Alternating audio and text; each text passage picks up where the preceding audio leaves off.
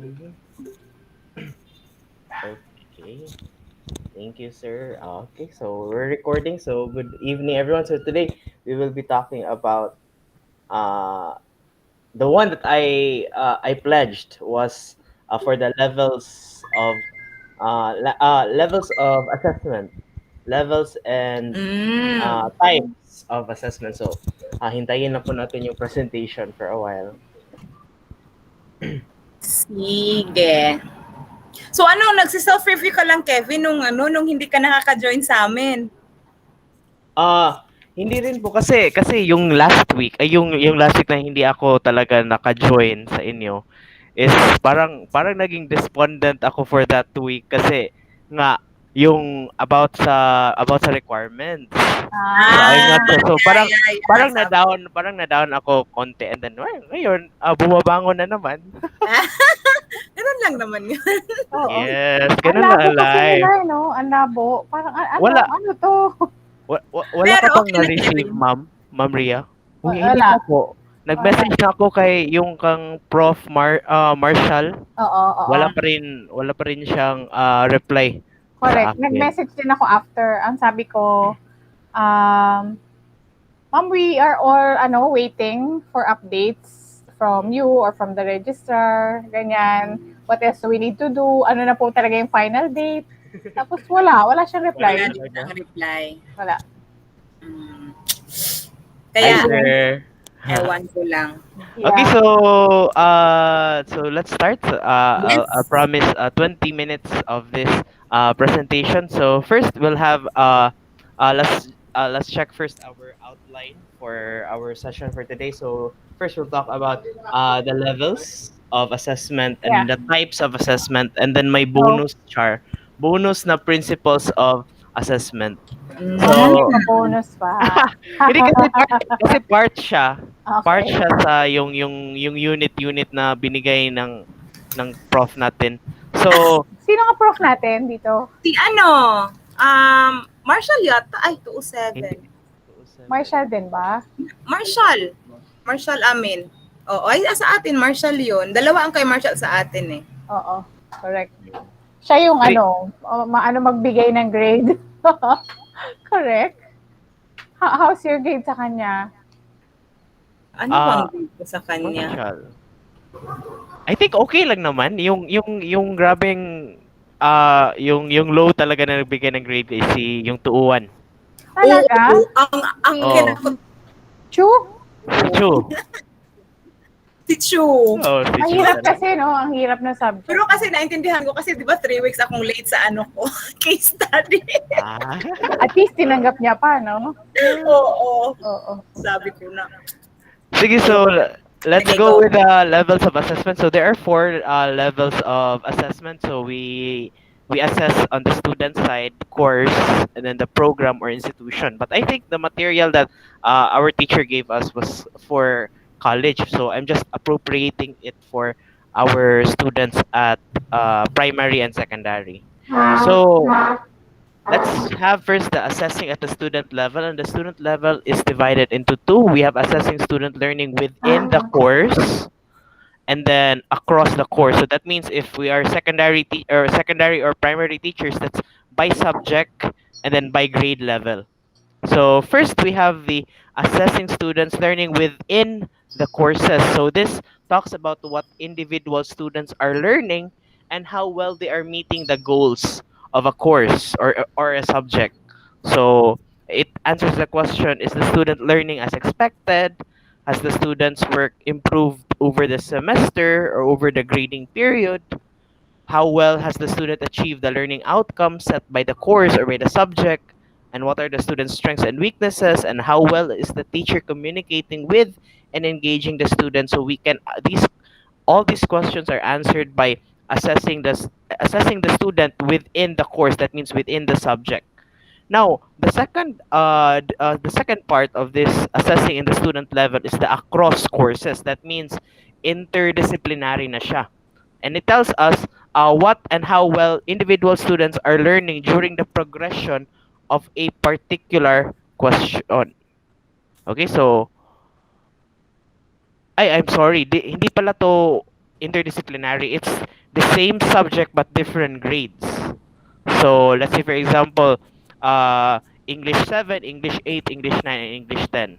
So uh, ito yung assessing across courses. So has the students' work improved or met standards during the program or year or since admission to college or kanang entrance sa school? And how well has the student achieved the disciplinary outcomes of the major program? And how well has the student achieved the general learning outcomes of the institution across 4 years or the years spent by the student in the cla- in the institution?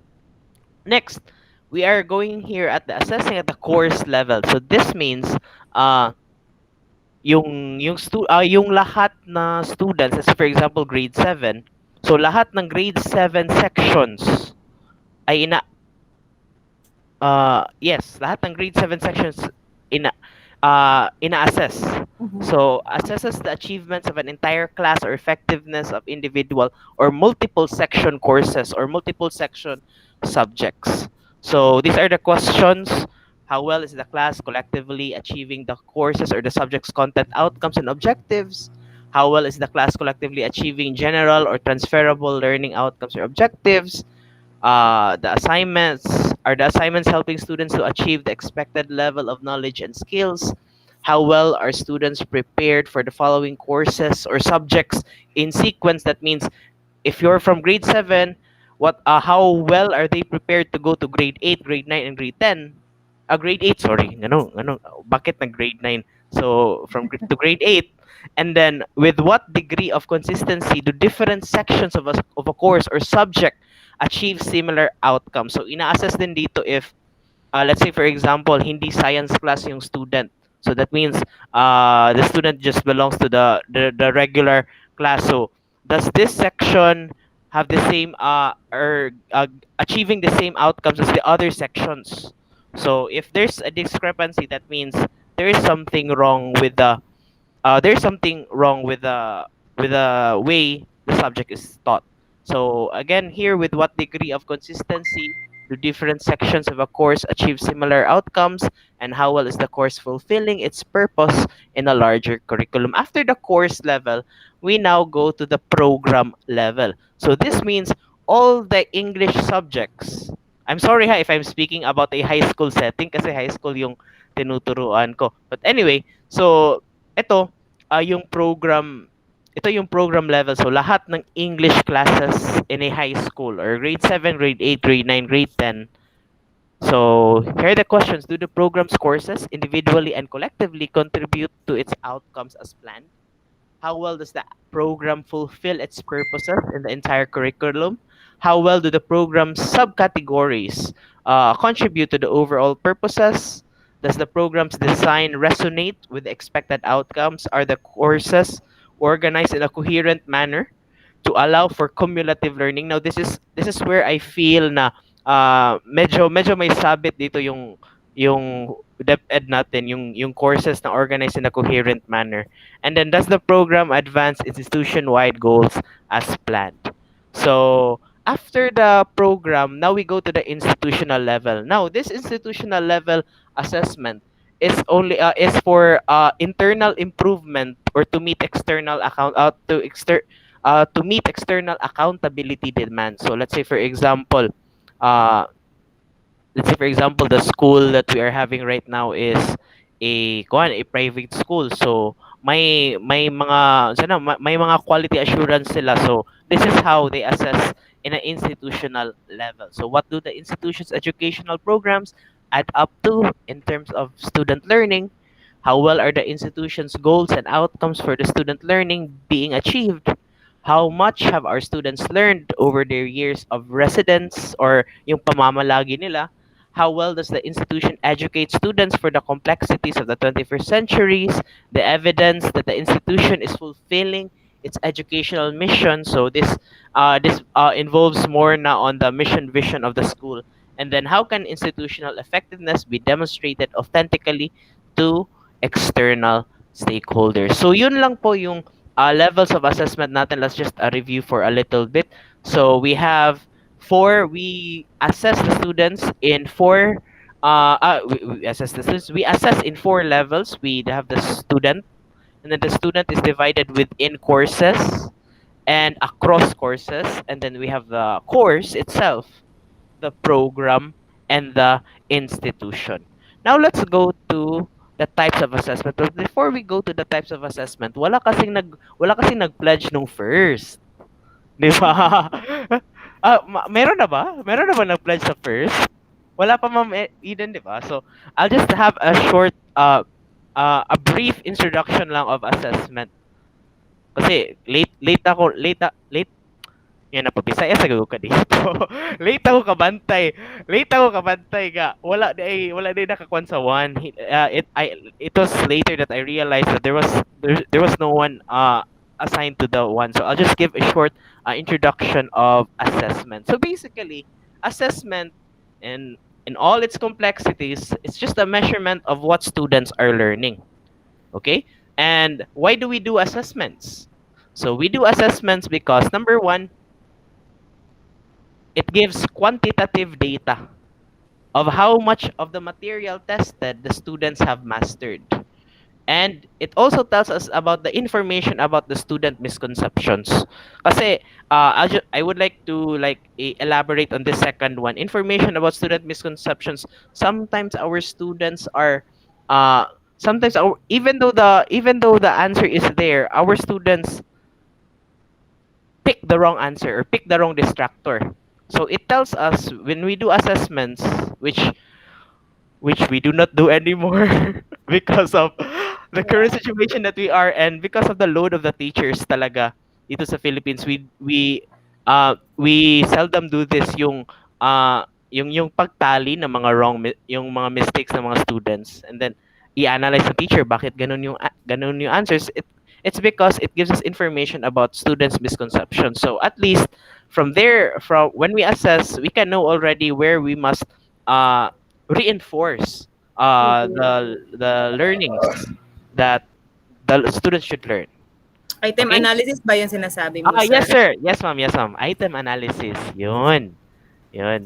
Kasi Meron ba kayong ano nun, format nun? hindi kasi Kailangan kami namin yun eh. hindi kasi kami nag-item analysis.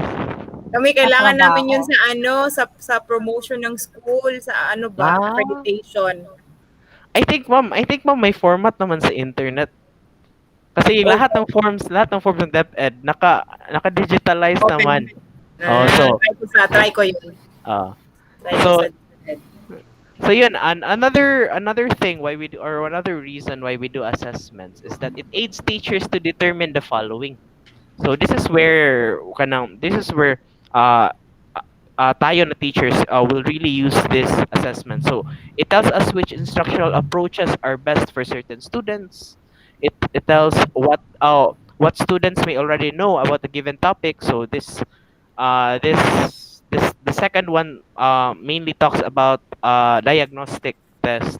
And then number three, what subject needs to be retaught or what needs to be revisited by the teacher. Okay, so uh, let's go to the types of assessment.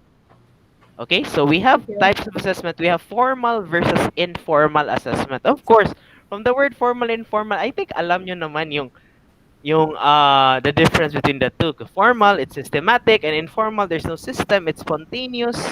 But I just like to point out here that formal assessment determines the proficiency or the mastery of the content, while the informal is just because it's spontaneous. It just checks what the students have learned so far. So it's here it measures students' performance and progress, and then content and performance driven. So specifically informal assessment, what the students can do talaga. So let's say for example in wait, I think I think I have something here. I have a brain teaser, Char. So let's try to divide. Let's try to group these Kinds of assessment. yeah, if it's formal or informal assessment. So oh, hindi ko pala. And anyway, let's just put it let's just group this one. So criterion reference test. When we talk about criterion reference test, these are tests that checks the competence of the students. So can the Formal. students can the students can the students have it on a criterion, or can the students pass given the criterion that you have presented? So yes, it's formal. Very good, Maria. Formal. Palakpakan. Next, achievement test. Achievement test would be Formal. under. Very good. Formal. Under Formal. formal. Very good. Next, event sampling. Informal. Informal. Yes, very good. Informal checklist. Informal. Informal. Informal time sampling. Informal. Informal, very Informal. good. Norm reference test. That means binabatay nila yung score ng bata in a norm. So Oo, they're sa being ranked. karamihan. Oh. So it's Formal. under Formal. formal. Very good. Portfolio. Formal. Informal. In Informal. portfolio is Informal. informal. Informal po. Informal. Oh wait, let me check. Let me check. Sorry. Yeah, I think it's informal. Yes, it's informal po. Standardized test. Formal. Formal. Of course, formal from the word standardized. Anecdotal record. Informal. Informal. Informal. Aptitude test. Formal. Formal. Formal and observation. For Informal. informal. Informal. And then the rating scale will be under Informal. Informal. informal. Very good, students. Uwian na. So, yun, just a short, a brain teaser about the formal and informal assessment. Since it's for me, it's the easiest to recognize. Now, let's go to the next type of assessment, which will be the traditional and authentic. Now, I know this is also a lot easier. Of course, traditional, this is the conventional method, and it has a right or wrong answers. And then authentic assessment really is how the students would interpret or solve a challenge, problem, or task. Also, it involves the performance of a real world task. Now, in traditional assessment, we hide the test. This is where I am guilty at. Traditional assessment, we hide the test. We do not let the students see the test. But in the authentic assessment, we prepare the students. Teachers, no, teachers, wala. Teaches the test. So we prepare them for the test. So what we're actually teaching will be the test, or will be the, let's say for example, will be the rubric of how we are going to score them in the authentic assessment. Okay, next we have formative and summative assessment. Kinakain na lang natin to, very basic. Just a review, formative assessment. Formative assessment is given throughout the learning process, while the summative is given at the end of a year or given at the end of a unit. And then here in formative assessment, how the students are progressing. We are checking how the students are progressing, and summative assessments is checking the mastery. So here are examples of formative assessment. We have exit tickets, graphic organizers, self-assessment, and think, pair, share. While summative assessment talks about examinations or unit quizzes, portfolios can be summative assessment, projects, and performance tasks. And finally, we have, hindi pa pala to finally. Another type of assessment is norm reference test versus criterion reference test. Of course, as we talked about earlier, ang norm reference against a national norm or average in order to rank the students. And then criterion reference is based on a criteria, or to uh, against a specific standard or a specific goal. So examples of norm criterion tests are college admission exams, national standardized exams, yung exam natin. Ay, pero hindi naman talaga yung order talaga. I think papapasok siya sa criterion reference. And then ito, unit or chapter test, and then achievement and diagnostic test. And just other types of assessment, we have the diagnostic test. I know there are other types of assessment that I might not have covered, but these are the most basic types of assessments that we have. So we have here the diagnostic assessment. Of course, when you start a course, or when you let a student enter into your school, you have or you conduct this diagnostic test so that you can determine the strengths, weaknesses, and prior knowledge of the students, and so that you will also know the preconceptions of the student regarding a topic. So diagnostic test para siyang pre-test. Okay, so we have here question types. So here we have multiple choice questions, MCQs. Of course, we're all familiar with that. The ABCD, the true or false, the check and X. So that's under multiple choice questions. And then we have here constructed response. So that means we are of course the students are have to construct a response. So this is a short answer or an essay type of question. And then the extended constructed response is the same with the constructed response. It's just that it's multi-part. Okay, it's multi-part questioning.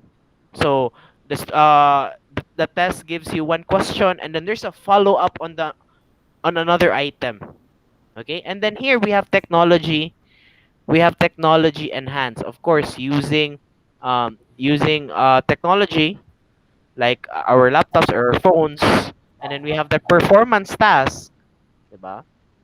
Of course, if sorry, uh, my thinking is that every one of you here is in the Philippines teaching. Pero yung performance task, of course, you Meta. have to perform. You have to perform something, and then you're given a rubric or criteria which you have to which your performance should be. Let's say for example, should at least have a grade of 4 out of 5. And then we have here informal. The informal questions are not given scores, but they give you insights of how much you have learned. Okay, and of course we have the delivery methods. Okay, delivery methods are pen and paper, online, and adaptive. Now I just wanted to talk about the adaptive one because the adapt in the adaptive, it's online, but it adjusts. Hindi pareha sa question, yung mga test na piniprepare natin na linear. So kung anong sunod, yun talaga. In adaptive, it depends. If your answer is right, it will give you a more difficult question. And if you're wrong, it will give you a more easier question. And then once you got that right, of course you progress. That's why it's called adaptive. So here we have the principles of language assessment. I think you remember. I think this is familiar for everyone. So we have the practicality, reliability, validity, authenticity, and washback. So let's just go through shortly with this 5 principles of language assessments. First, a practical test. Practical tests should stay within budgetary limits. Okay, so and then can be completed by the test taker within appropriate time constraints. So these are the points for practicality in a test. Okay, so it has clear directions for administration. Hindi yung may set A, may set A1, may set A1, may set A2. Oh, that's confusing for administration. And then next, appropriately utilizes available human resources. Of course, you're not going to conduct an exam for 200 students, and then there's only one teacher. That's absurd. Next, does not exceed available material resources, and then considers the time and effort involved for both designing and scoring. Okay, you can't be a teacher and then you can have a class of 200, and then you'll give a students a diagnostic test of Essay. 250 200 250 items or an essay, diba? And then yung essay pina discussion forum talaga na may pil, how many words, diba? So that's very that's a very impractical test. So let's go to the next one. The test has to be reliable. Okay. So what are the characteristics of a reliable test? So a reliable test is consistent in its conditions across 2 or more administrations. So that means, which we also are not doing anymore because of time constraints, we need to have like a sample group to to have the to take the exam and then check if it's reliable or not, and then after that one another group na naman, another sample group na naman to check if valid or reliable ba yung test mo, and then once same lang yung answers nila, so that means okay, this test is reliable. And then if not, if there's a discrepancy, so there's something wrong with the test. Okay, and the next gives clear directions for scoring or evaluation. So this is where the rubrics of a performance task comes in. So because if you have no rubrics for scoring a task, let's say for example a language task, so parang by feelings na lang yung pag-grade, 'di ba? Or kasi yung sa previous school ko, may rule kami. Ah, not below 85, not above 94. So yun yung grading. Pero yung ito yun lang sa mga minor subject lang Yeah. yun. Yung MAPE, yung PLE. Oh, so yun yung grading namin. More than a grade eight, large greater than 85 but less than 94. So yun, like, very confusing. Next, lends itself to consistent application of those two rubrics by the scorer. That's what I meant. And then it contains items or tasks that are unambiguous to the test taker. So you really need to make sure not the test talaga that you will conduct is answered by a sample population, which we do not do basically because of Yeah. practicality reasons. Correct. Next, now here are the factors affecting reliability. Nag-una pala ako. So we have the student related reliability. So of course, if the student is hungry, the student cannot perform well in a test. And also, this includes also the strategies for effective test taking. So, let's say, for example, alam ni student yung, what they call this?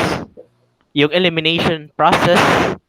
So, of course, mas malaking chance talaga ng student to be, uh, to ace the exam. Next will be the rater reliability. Now, the rater reliability is, of course, by the scorer. So that means human error or subjectivity on the part of the student of the teacher. Let's say, for example, my favorite student's a teacher. So, of course, lalakihan niya yung grade. And then unclear scoring criteria. And then fatigue. Most teacher, that includes me, fatigue. And bias. So, let's say, for example, my bias ka for a student kasi itong student nagdadala ng bag mo every morning. So, of course, malaki yung grade. So that's rater reliability. Next, Nangyayari pa ba yun, sir? Yung nadadala ng bag? ma'am, very very talaga, very rampant pa rin 'yan. Kasi dinadala nga yung projector ko from the As faculty. in? From the faculty to the room. So, sir, ako na lang dala na, sir.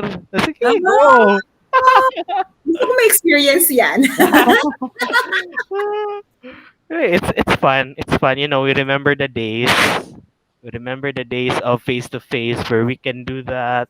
And may mga students talaga na gustong magdala ng mga bag kasi gusto nila ma-experience yung aircon ng faculty room. So yun. So As in, nagka-ano eh, enjoy. yeah, enjoy talaga, ma'am. That's why nga we should really, dito sa Philippines, we should really like lobby on the opening of schools talaga. Yes, agree. Nako, Oh, masyado have na you missed? matagal. Lagi mo. Yeah, talaga po. So, here we have the next one, which is the test administration reliability. So, of course, conditions in which the test is administered. Let's say, for example, you're having an oral, uh, a listening exam. Listening exam, pero yung building nyo is near the highway. Eh, 'di ba? And or you have students near the windows. So, of course, if it's a listening activity, most of the students, especially those near the windows, would not really hear the activity properly because of the test administration factors in the classroom. And then lastly would be the test reliability. So of course in the test na mismo, so that means uh, may mga maganda ba yung mga distractors na nilalagay nyo? Let's say, let's say for example, sino yung, uh, sino yung president, let's say for example, yung may mga questions kasi na very obvious na talaga yung answer. So hindi na yung distractors, hindi na talaga sila distractors, design na lang talaga sila. Decorative decorative decorative test choices. So, yun. And then well-written items, especially on the semantics of the questions. So that's a factor that is affecting the reliability of the test. Next, we have the valid test. So a valid test uh measures exactly what it proposes to measure. Of course, you're not going to you're not going to have a reading you're not going to have a test on the reading ability and then yung chine-check mo pala yung eyesight ng bata or yung previous knowledge ng bata. Of course, if you're having a if you're having a test on reading ability, you should measure the reading ability of the child. So measures exactly what it proposes to measure, and then it does not measure irrelevant or contaminating variables. Relies as much as possible on empirical evidence or performance. So if yung test mo is a performance, that's a more valid test compared with the written or the multiple choice lang na exam, and then involves performance that samples the test criterion or the objective, offers useful or meaningful information about a test taker's ability, and is supported by a theoretical, rational, or argument. So, yun, that's how we can know that an exam is a valid exam, and there are evidences for validity. So we have five evidences for validity. We have first the content validity. So, if a test actually samples the subject matter about which conclusions are to be drawn, or if it requires the test taker to perform the behavior that is being measured. Of course, as what I've said earlier, you can't have let's say for example, you're teaching tennis and then you're measuring the how fast your players would run. That's not a valid. That compromises the content validity of the exam. Or let's say for example, uh you're having a test on the student's uh conversational English. Let's say for example, second language learners, conversational English. You're not trying to you're testing the conversation, but in actuality you are measuring pala yung grammar nila. So that compromises content validity. And then next we have the criterion validity.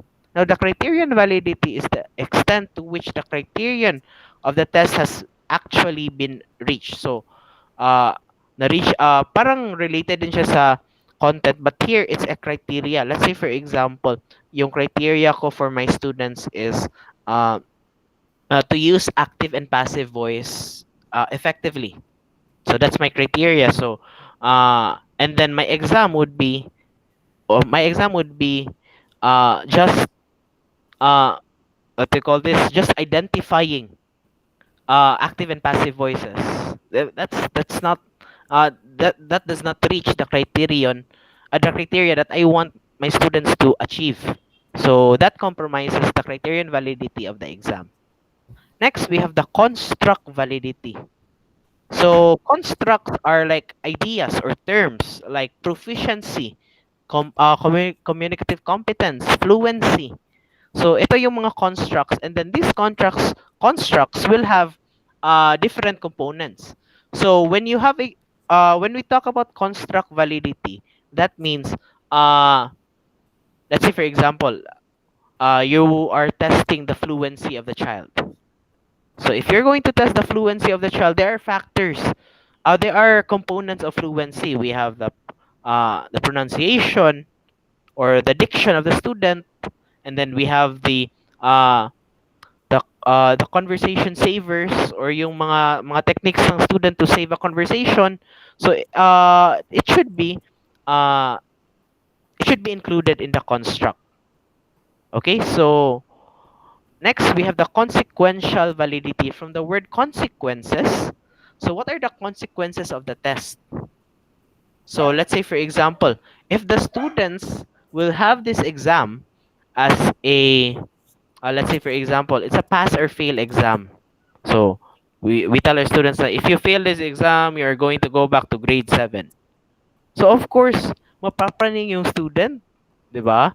So that's the consequence, but the consequence of the exam is of course the consequential validity. So if it hinders the students a little bit, or if it what they call this, for a while, huh? Let me check. Ah, so if it hinders the students uh to perform very efficiently on the exam, then it affects the validity of the exam. Okay, and we have here the face validity. Okay, so that means if the students will uh face, let me remember, face validity. Oh, here. I have this college professor uh who seldom go to our class, but then she gives us a very long exam which she did not discuss, she did not have an input on.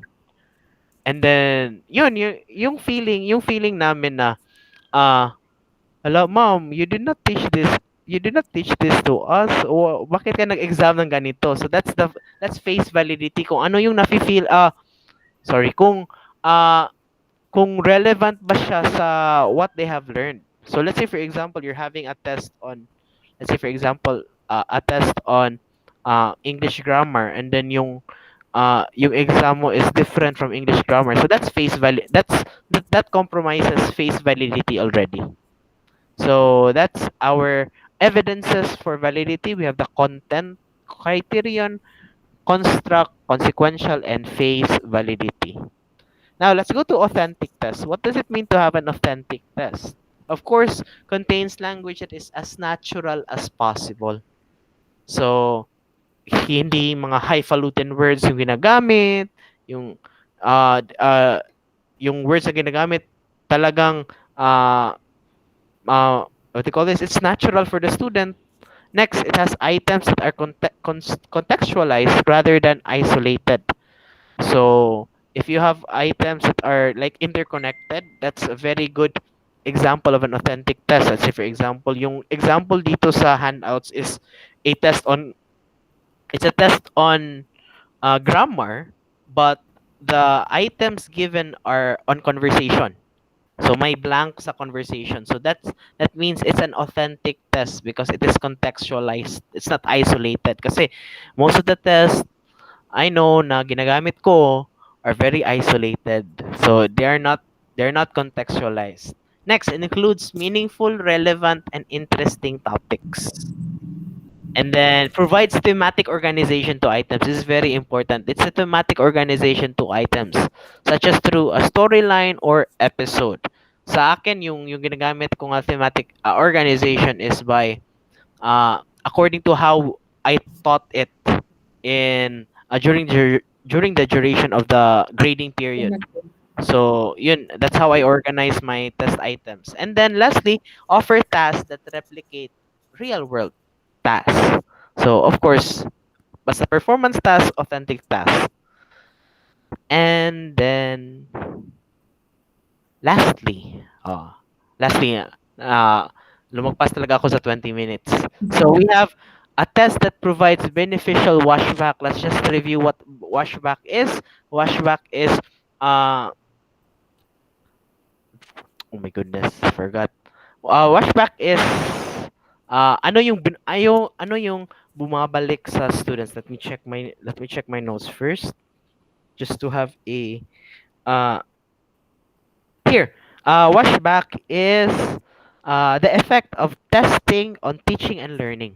So ano yung effect niya sa mga students, pabalik sa mga students. So we gave them a test, so it should we gave them a test, and then we're expected to give also back a very beneficial washback. So what does this washback include? So it includes it positively influences what and how teachers teach and how the learners learn, and offers learners a chance to adequately prepare, and gives learners feedback that enhances their language development.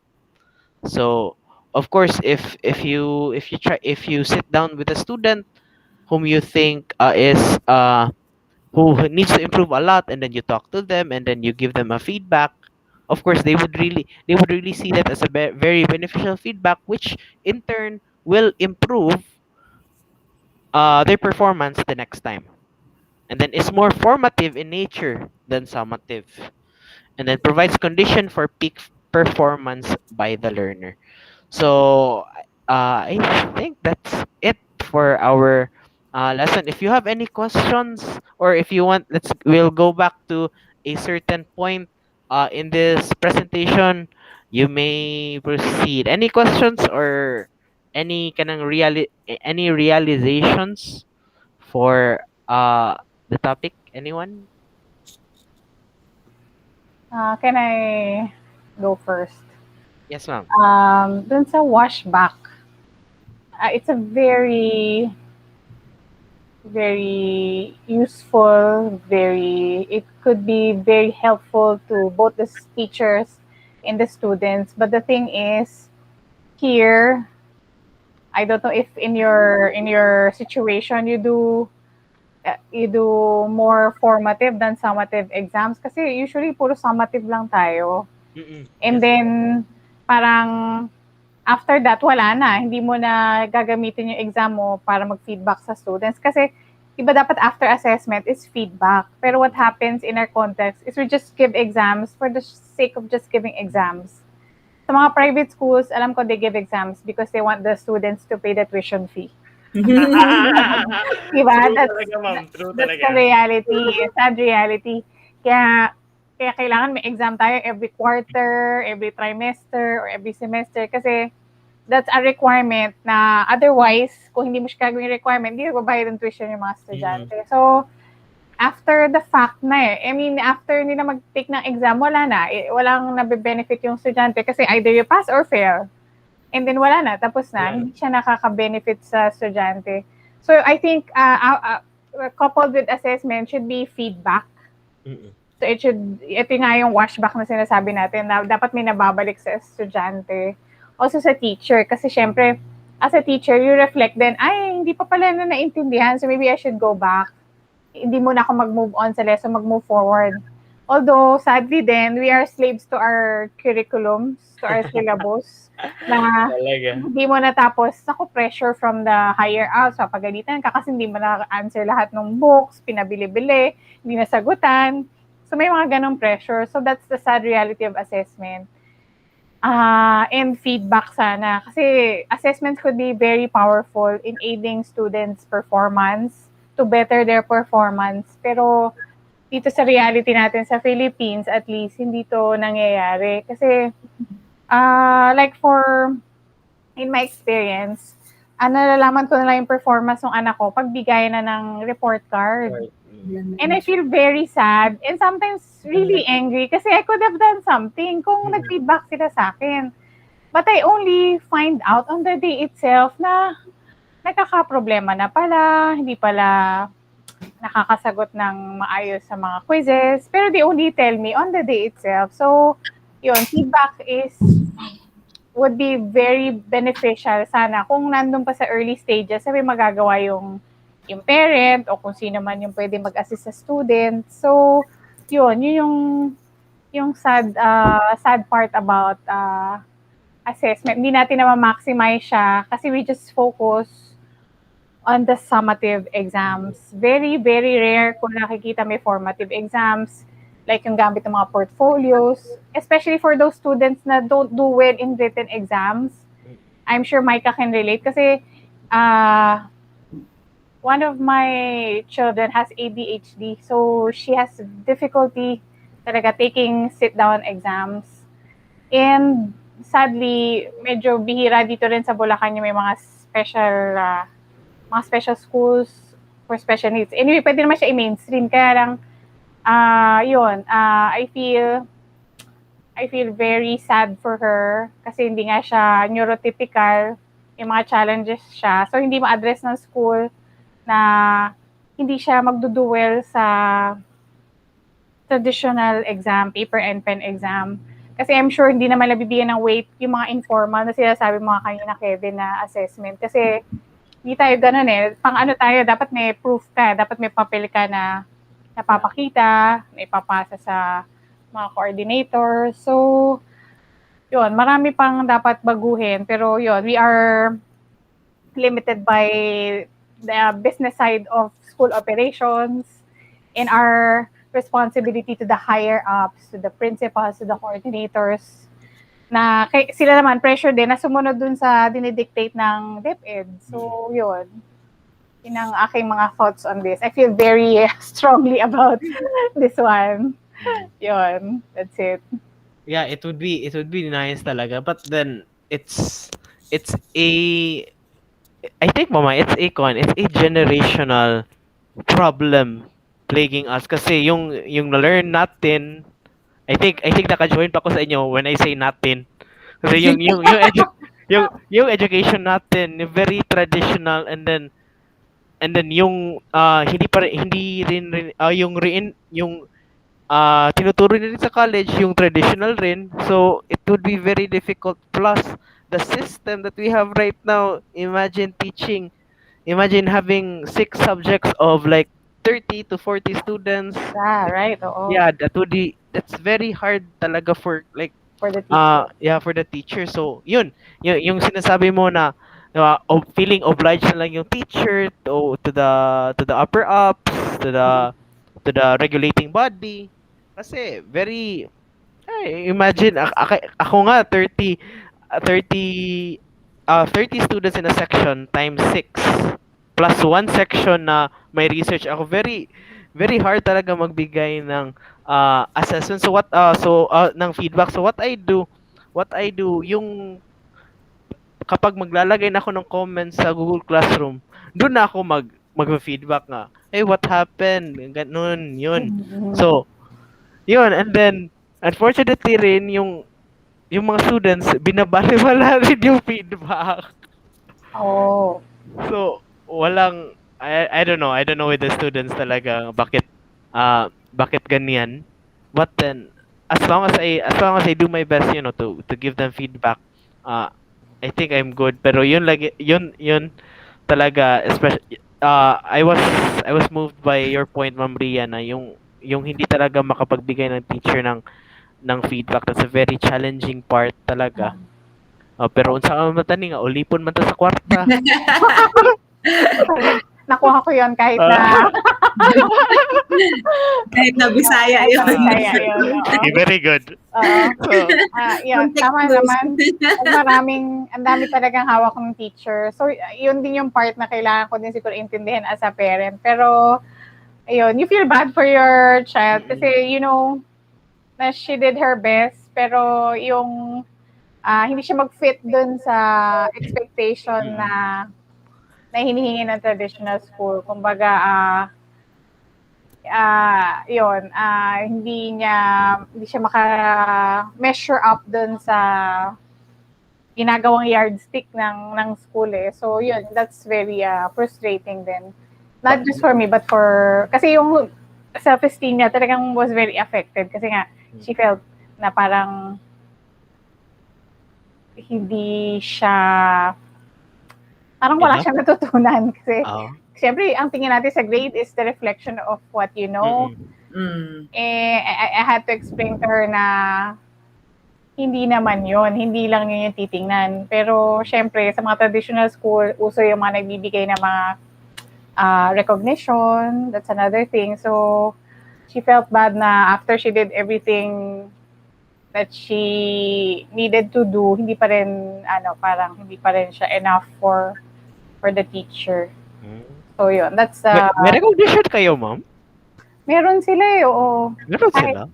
Yeah, hindi ko alam nila Kasi kung paano. may DepEd kasi na memo na walang recognition. Oh. Yung high honors, Oo, meron, Oh. meron pa rin. Meron Sir Kevin kasi yung ano ko, yung pamangkin ko ano grade 12 na siya. Ah, grade 12. Kasi Oh, yung graduating Meron. at yung moving up, meron. pero hindi kasi every ano siya sir eh, every grading siya nagpapadala sa akin ng ano niya, yung ano, Certificates. recognition, Mm. oo, certificate. Sabi niya, "Mami," sabi niya, ano ako, with honors ako this ano, this grading, ganun siya. Every ano yun, nagpapadala yun ng recognition certificate niya, every ano, every grading. Talaga. Kasi yung school namin parang may obsession sa DepEd. Kung anong sinasabi ng DepEd Pero private, ginagawa. private ba kayo, sir? Oh, private po, ma'am. Oo, kasi alam ko ibang private, hindi nila kailangang sumunod, tama ba? Kaya nga. Pero So, kayo pala, ah, oo, wala very na faithful. wala na akong magagawa kasi ulipod na ako sa kwarta. Correct. Mas ano mabigat yung ano, economic side, Mm. 'di ba? Really. Oo, in a perfect world, pero wala pa, hindi pa ngayon. Si Micah, what are your thoughts? Yeah, so regarding po dun sa washback, I actually agree with that na yung mga schools dito, actually mahilig silang mag-summative, what do you call this? Summative assessments all Assessment. throughout the year. So every end of unit, meron silang performance, may portfolio, may quizzes, or merong sasagutan sa end of the unit sa book. Pero ang napapansin ko is right after that, they naturally move on to the next unit. So ano man yung nakita nila na hindi natutunan ng bata, hindi rin naman nila na-address because they have to move on. So ang experience ko, ang nangyayari, ini-email sa akin yung results and I have to deal with it. So Bahala ka na. Oo, kasi sila, they're not going to stop for the child. Hindi sila mag adjust to the child. True. So, kung ano man yung lumabas na difficulties ng bata, yun na lang yung nagiging basis ko para tulungan yung bata. Pero the problem is, how about the other kids na walang therapists? True. So, dapat talaga, like looking at this, dapat merong built-in na way to deal with washback na magamit yung assessment. Because like, yeah, you're going to know ano yung natutunan ng bata, but you also have to realize na ang daming added information that this assessment gives you. What are you gonna do with that information? So sana merong built-in na program para magkaroon ng time to um, use that information para matulungan yung mga bata moving forward. Right. Sana. Talaga. Same here din. You know, after a grading period, tapos na. Okay, next period. Goodbye everyone. Goodbye everyone. Ito yung na-realize ko regarding this one kasi yung previous school ko is an individualized school. So, the students answer at their own pace, and then of course after each like formative test or like a check-up quiz, Tapos na daw, th- sabi niya, na there is what do you call this? Nag-ano? There is a feedback agad for the students. So the students would know saan siya nagkamali, and then the student would be able to right her wrong. So I think it was a good way of providing feedback kasi the students would really know where she got wrong, and then not anymore late kasi yung when we provide washback, especially at the end of the quarter, yun na, tapos na lahat, no more time for improvement Correct. nga sa mga bata. So it really think that I was also on this realization as well na yung kapag individualized yung curriculum ng bata, which most of the students here could not afford or have not known, they don't know it. So it would but it like an individualized way of learning would be really good talaga kasi may feedback kaagad na malalaman yung student. But then, of course, we have to think of the logistics, of the finances, of having individualized. So, yun lang. So, wala talaga. Ito yung system natin. Pagkatapos ng grading period, goodbye! Oo, wala na. Akala ko dito lang sa Philippines. Nandyan din pala po, ma'am. My Oo. God. Oo, the same thing here. Kaya ang ginawa ko, it's really a challenge for me, no? Especially this past 2 years, I think. Kasi 4 years na akong naging coordinator. So, in that, before, actually, siguro, last year talaga ang pinaka-challenging ko na time kasi ginawa na nilang standardized test. That means, ako na yung, kumbaga pa, magpapasa lang yung teachers nung yung exam nila na ginawan ko rin ng format kasi ako nga yung coordinator ng literature. So, ako na yung bali lahat na mag-check kung ako yung mag-validate ng questions nila, ako yung lahat na yung lahat ng mga principles diyan kailangan ko yung pagdaanan in a very short period of time. So, gumawa na ako ng template ng standardized test para sila na yung mamili ng question, tapos ilalagay na lang nila doon. Hindi pa rin nila sinusunod. Like, wala talagang sumunod. Tapos, lahat-lahat, like, mga font, mga, di ba, ganun yun nandun yun dapat sa assessment, sa paggawa ng test. So at the end of the day, lahat na mostly like 80% of the questions sa akin ang galing. Tapos syempre, dahil hindi nila question yun, ang reason nila, hindi nila naturo sa bata. Kasi hindi nila question yun eh. So hindi nila naturo sa bata. So sabi ko, it is impossible that the student cannot answer that if you just follow the syllabus. Kasi nandoon naman yung syllabus, may TOS, may syllabus. So it is really impossible that for the students were not to answer the question. Sabi nila, mahirap daw kasi multiple question. Ay, yung MCQ question na may mga detractors, may mga ganun-ganon. So talagang napaka-stressful ng last year ko. Tapos ang ginawa ko, syempre marunong na akong gumawa ng mga analysis of yung critic of assessment test. So ginawan ko ng critic, isa yung mga test paper nila, ginawan ko ng critic 'yon. Gumawa ako ng like 3 days, so 3 nights ko yung ginugugulan, hindi man lang pala pinasa nung manager ko sa the rest of the teachers. So nabaliwala yung yung pagod ko, nalaman ko na lang na hindi nila sinubmit kasi pinasa dun sa mga teachers kasi nung naghihintay na ako ng another set of test questions from them, ganun pa rin yung nila, wala man lang nabago sa sa paggawa nila ng test paper.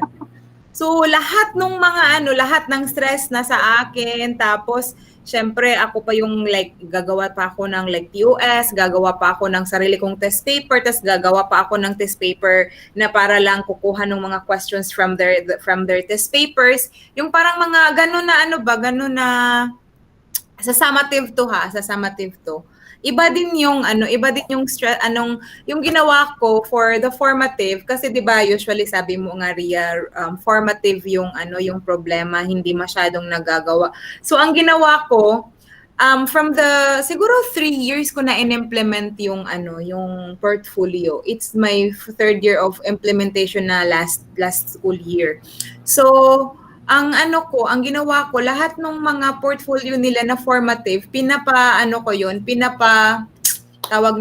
compile ko sa kanila. So sabi nila, teacher, ano pang gagawin dito? Bakit mo kailangan naming i-compile yun? Tapos sabi ko sa kanila, for you to be able to know and to learn what you have, to know and to evaluate yourself. What have you learned from the very beginning, from August to May, ganon.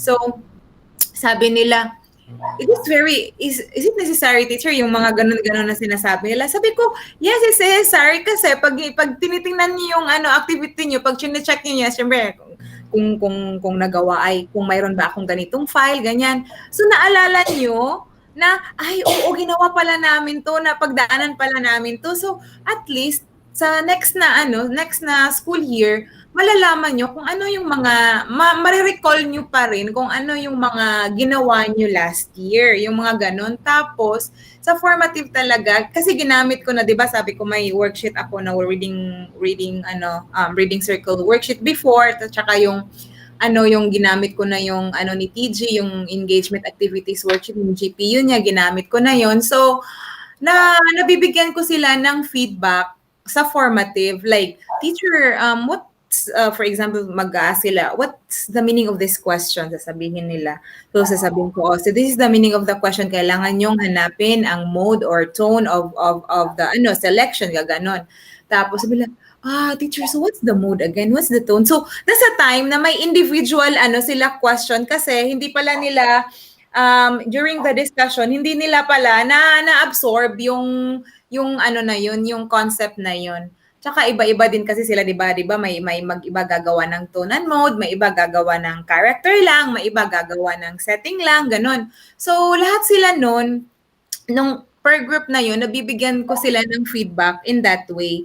So, I was hoping na gagamitin din yung TLLP na ginawag kasi ginawan ko lahat ng ng TLP pero hindi pa tapos lahat actually pero ginawan ko ng yung engagement activity siguro mga 12 Wow.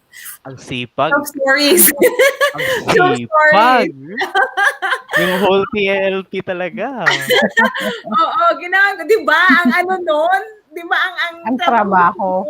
As in, tapos I was so, tapos ito pa nung kasi ang sinubmit ko na parang 'di ba last year if you remember pinagawa tayo ni Marshall ng nung assessment yung sa final na ba na natin. So ang ginawa ko binuo ko muna yung isang grade 11 na TLLP tapos yun yung but naging basis ko para gumawa ulit nung itong kay Marshall na isa-submit ko. So yung ginawa ko, yun yung pinasa ko sa mga ko din ng mga teachers ko. Ta sabi nung isang teacher na puti. Sabi niya, "What? This is too much." Sabi niya. Sabi ko, "It's not too much. Hindi mo naman ibibigay lahat ng 20 questions sa isang student." Sabi ko, if you will just siguro kasi nag-scan lang siya ba, hindi niya binasa yung mga mechanics na nandoon, 'di ba? May mga mechanics doon, may mga Tapos sabi ko, it's not too much. If we will just read that, each graphic organizer, each GPU will only take like 5 questions. You will not give that 20 to 25 question to one student. It would be a group activity, 5 to 6 question. Group activity lang yun for 3 to 4 students. Maybe 5 students at most na yun sa isang group. Depende sa kalaki ng klase mo. Ganon. Tapos, yun nga, sabi niya, too much, tapos bla bla bla. Ang dami niyang tapos kailangan, ang dami niyang sa assessment, sabi niya, assessment in literature should be given, the students are given an excerpt, and then they will analyze it on the spot. Tapos sabi ko, excuse me, this is a high schooler student. This is not a college student na bigyan mo ng on the spot na excerpt tapos ipapa-analyze mo sa kanila. Summative assessment ang pinag-uusapan natin. Summative assessment, that means it's a review of what you've learned from the entire chapter. Hindi yung bibigyan mo sila ng bagong excerpt tapos doon sila mag-write ng analysis essay, papawritein mo sila summative assessment, papawritein mo sila ng essay on the spot.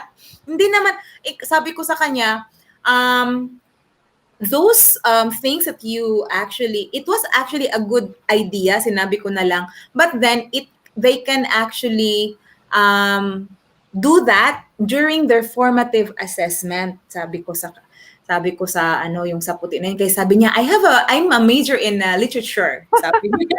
Oo, sabi niya sa akin, puti kasi yon. Tapos, nung one time na nagharapan na kami na parang curriculum revision ba, tapos sabi niya, nung kasi siya, kasi parang siya yung reading coordinator na ina-point on that, on that year. Tapos sabi niya, tapos na ba yung yung literature curriculum review? Tapos sabi ko, oo, tapos na. Because I have a lot of questions about the assessment. Sabi niya about the standardized assessment, like this, the questions daw are like this. Sabi ko, Sabi ko, yeah, I understand your point, but then let us check their level of understanding and their level, especially their second language learner. Sabi ko, they would not. I understand that you're major in literature. I understand that. So you have a very high, expectation about literature. But it is high school students. You have to always go back to the basic. Tapos sabi niya, and I understand.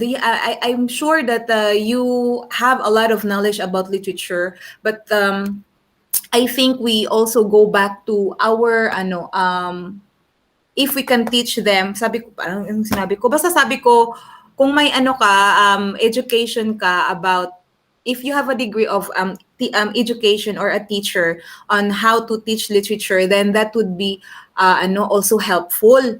Sinabihan ba naman ako, do you have a degree? Mahirap makipag-away ng English. Oo, ang manager ko nandyan. Sinabihan ko lang siya na, sabi ko, yes, that's the reason why I designed all those formative tests, because I underwent all those things. So maybe sabi ko sa kanya, sabi niya, okay. Pero ang galing mo mahirap makipag-away na hindi sa language mo. Kung hindi dahil sa UPOU, hindi ako nagmamagaling. Oo. Kung hindi Oo. dahil sa engagement activity ni TG talaga, kasi tas sabi niya, you cannot ask the symbolism of when you ask a multiple type of question, you cannot ask the meaning of the symbolism, sabi niya. Sabi ko, you can ask that if you already discuss it with your students. Kasi lahat naman ng symbolism na yun, for example, kasi namin, if you familiar with On the Beach at Night Alone ni Walt Whitman, On the Beach at Night Alone. So yun yung isa sa mga niya, kasi daw, kasi maikli lang naman yun eh. Tapos specifically, sinabi ko na doon sa sa TOS na symbolism of all that four poems, kasi mayroon kaming On the Beach at Night Alone, Miracles, yung mga ganun na mga mga poems. Ovenbird, yung ganun.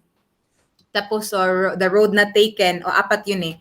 So dapat sa klase nila, sa formative nila, parang inano na niya lahat ng symbolism on that poem para maging valid siya sa test question. 'Di ba ganun dapat 'yun? Kasi yung content ng ng curriculum, ng syllabus niyo, yun yung magiging content niyo sa assessment niyo. Parang ganun ba yung point ko doon. So hindi niya na kasi dapat sabi niya, dapat may mga excerpt ka na nilagay doon sa sa test, yung excerpt, for example, excerpt ng The Road Not Taken, ilalagay mo doon sa Sabi ko may point naman siya. So dapat talaga nilagay ko 'yun. Pero ang point ko naman kasi doon, I mean, nagawa na namin yun over and over again sa formative assessment nga namin. Nagawa na namin yun sa formative. So hindi ko lang siguro yun, tama yung sabi ni Kevin na it still depends on how the teachers give the learning instruction to the students ba in making the assessment. So maybe sinasabi ko dun sa namin, sa manager namin, standardized test is still not applicable in our institution if the teachers are having their own materials. You know, if we have different materials and then syempre, Kanya-kanya. yung mga bata, iba-iba din yung nila, iba-iba din yung natutunan nila, ibang content din yung natutunan nila sa dapat na content for the test na ginagawa nila. Kaya hindi ko naman sila mapilit na gamitin yung ginawa kong TLLP kasi kung hindi nila alam gamitin yun. So yun, parang mahirap talaga sa akin itong standardized assessment na to. Kaya ako lang yata yung gumawa ay nag-implement ng portfolio din sa mga students ko.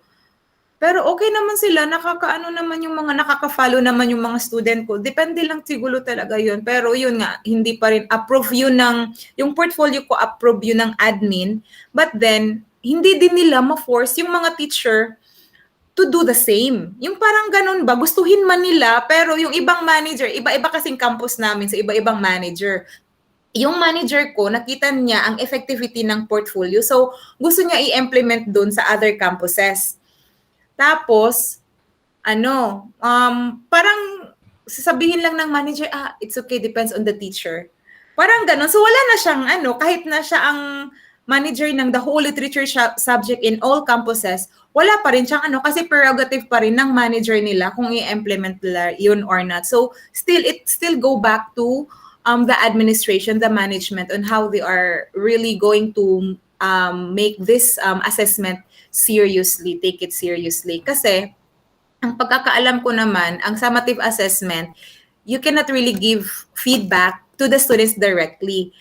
Because summative assessment, if you can still remember, it is helpful to the administration. Formative assessment is the one that we can give feedback to the students because that is helpful for them. So that's what I remember.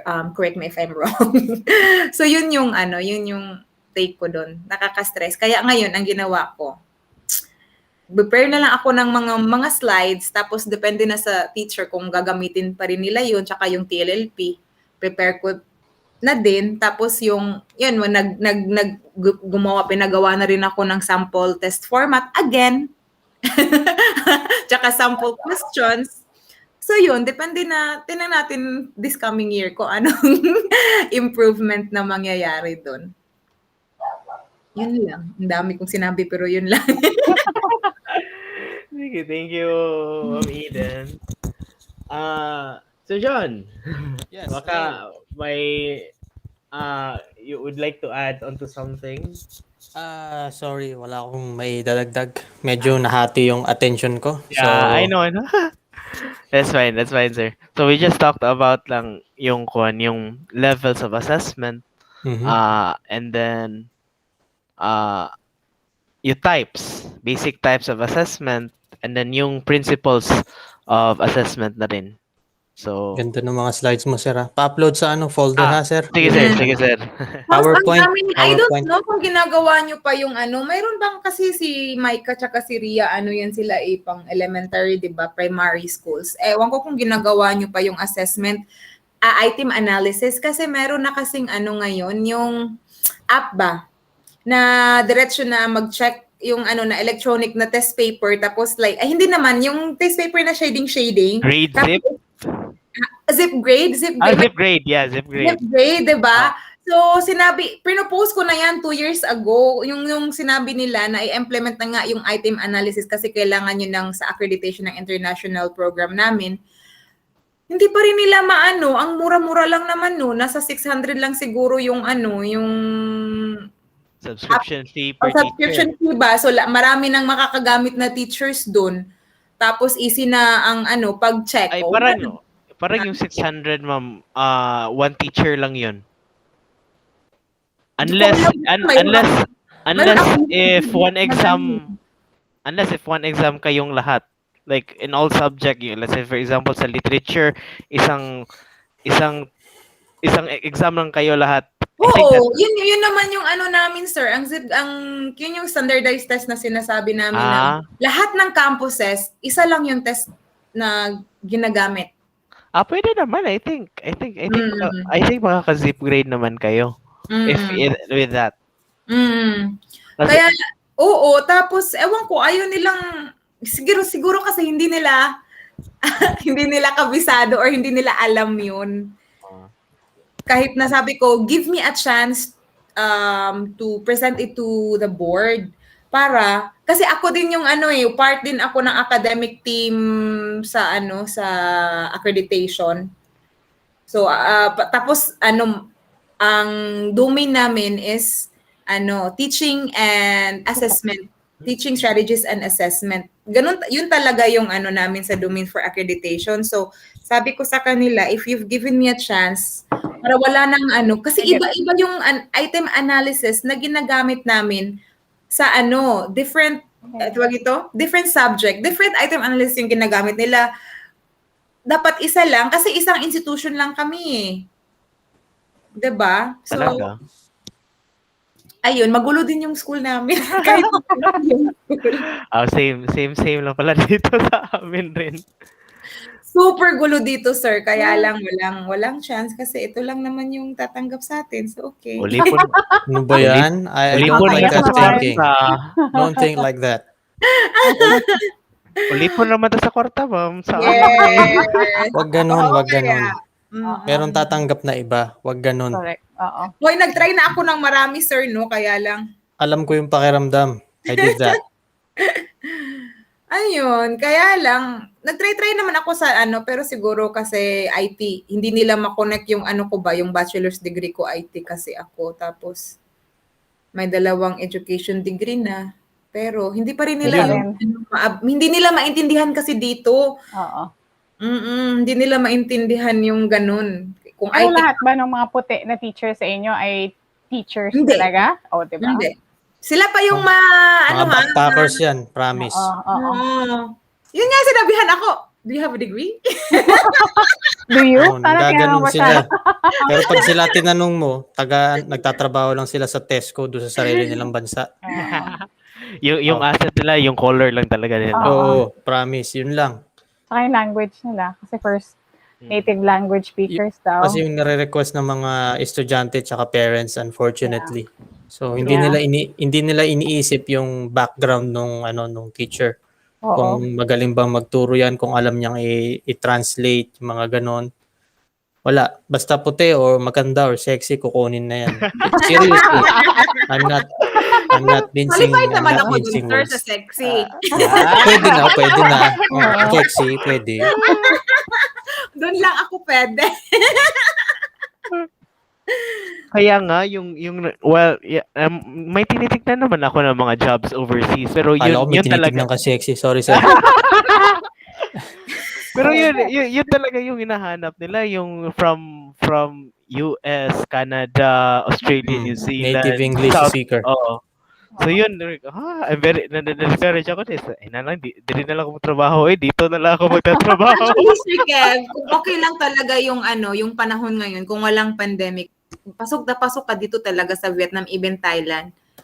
Pasok na pasok kayo Oo dito. nga, sayang. Pero yun nga, Bata ka ma'am, pa. hinahanap nila yung native speaker kasi. Native Hindi. speaker Ako ang, nga, ang Filipino. hanap. Tapos Hindi, ang ang laki dami. ng offer. Tapos pag Oo. naghahanap sila ng Pinoy, ang taas ng requirement. Tapos barya yung Oh, ibibigay. yeah. Marami Tapos Pero mas marami ano daw naman- trabahong binibigay. Is that true?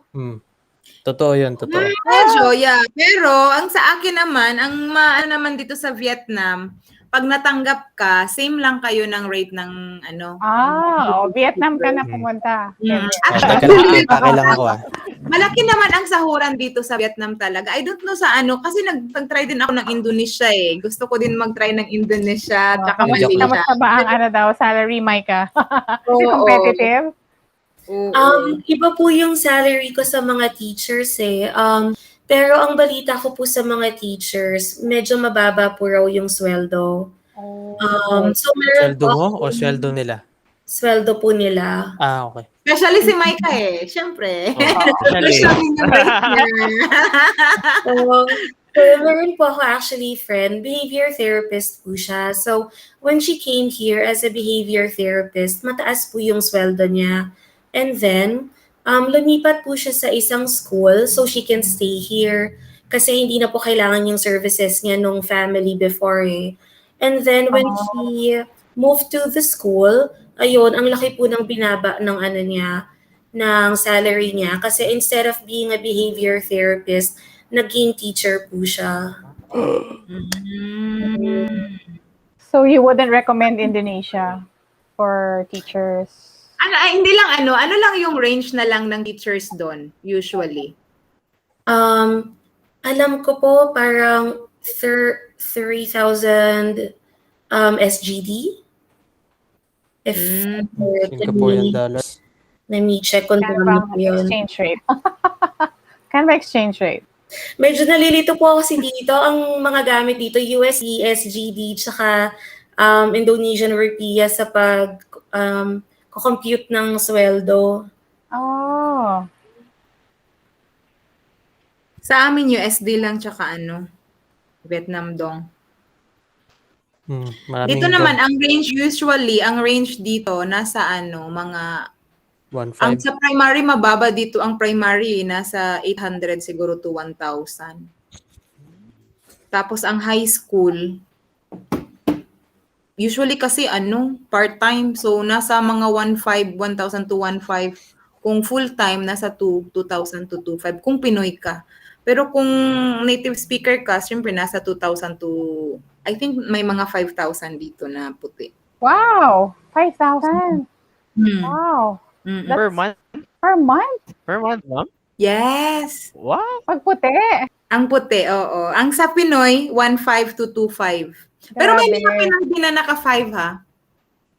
Anong Yung Baka qualifications PhD naman na nila? yun, kaya ganun. kasi sila yung mga pioneering dito ba, Ah. matagal sa school, yung hindi Na-promote masyadong na-promote. Pero may security of ano naman dyan? Security of Job tenure. security. Yes, oo, meron. Meron. Yes. Oo, Kahit na mga kasi- part-time, kasi ang nag-start ako sa school namin ng part-time eh. Tapos, every year naman, nare-renew nila yung contract, even part-time ka lang. Tapos, magbe-base, part-time lang kasi, ginagawa nila, hourly basis yung pay, yung wage.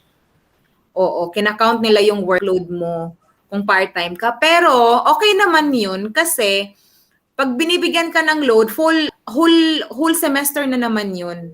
So for okay. example, whole semester kasi formal education siya eh. So that Oo. ikaw talaga yung teacher ng subject na yun. So magche-change lang yun. A little change lang. Pag may grade 12 ka, yun, magbabawas na yun kasi ang grade 12 wala ng English program sa second sem. Pero yun lang yung mabawas sa'yo. At the whole year, meron ka talagang load. Hindi ka talaga mawawalan. So, stable naman yun. Mga nasa 1,500 to 2,500 din yun. Yung part-time. Depende na kung full load ka or even half day. Meron nga ako dito yung kapitbahay ko. Yung dito kasama ko sa bahay. Half day lang siya.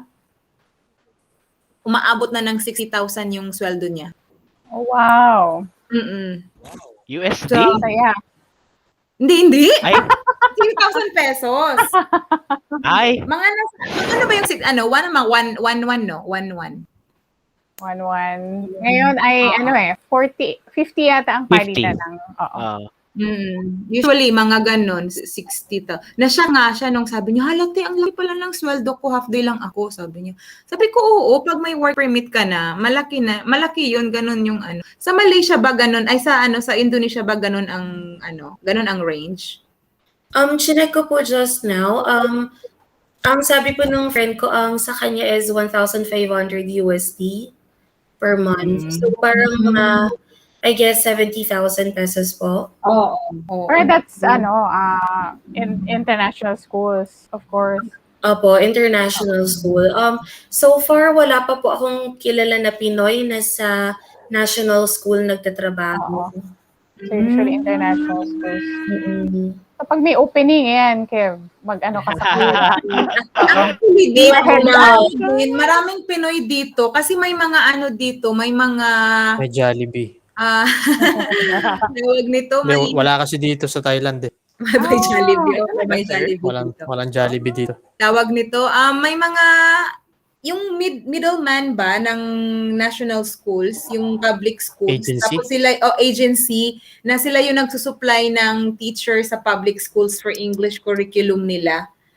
Malaki din naman yung bigayan. Siguro mga 16 to $20 per hour. May kaltas na yung bawas mo. Yung may kaltas na yung sweldo mo nun. Oo.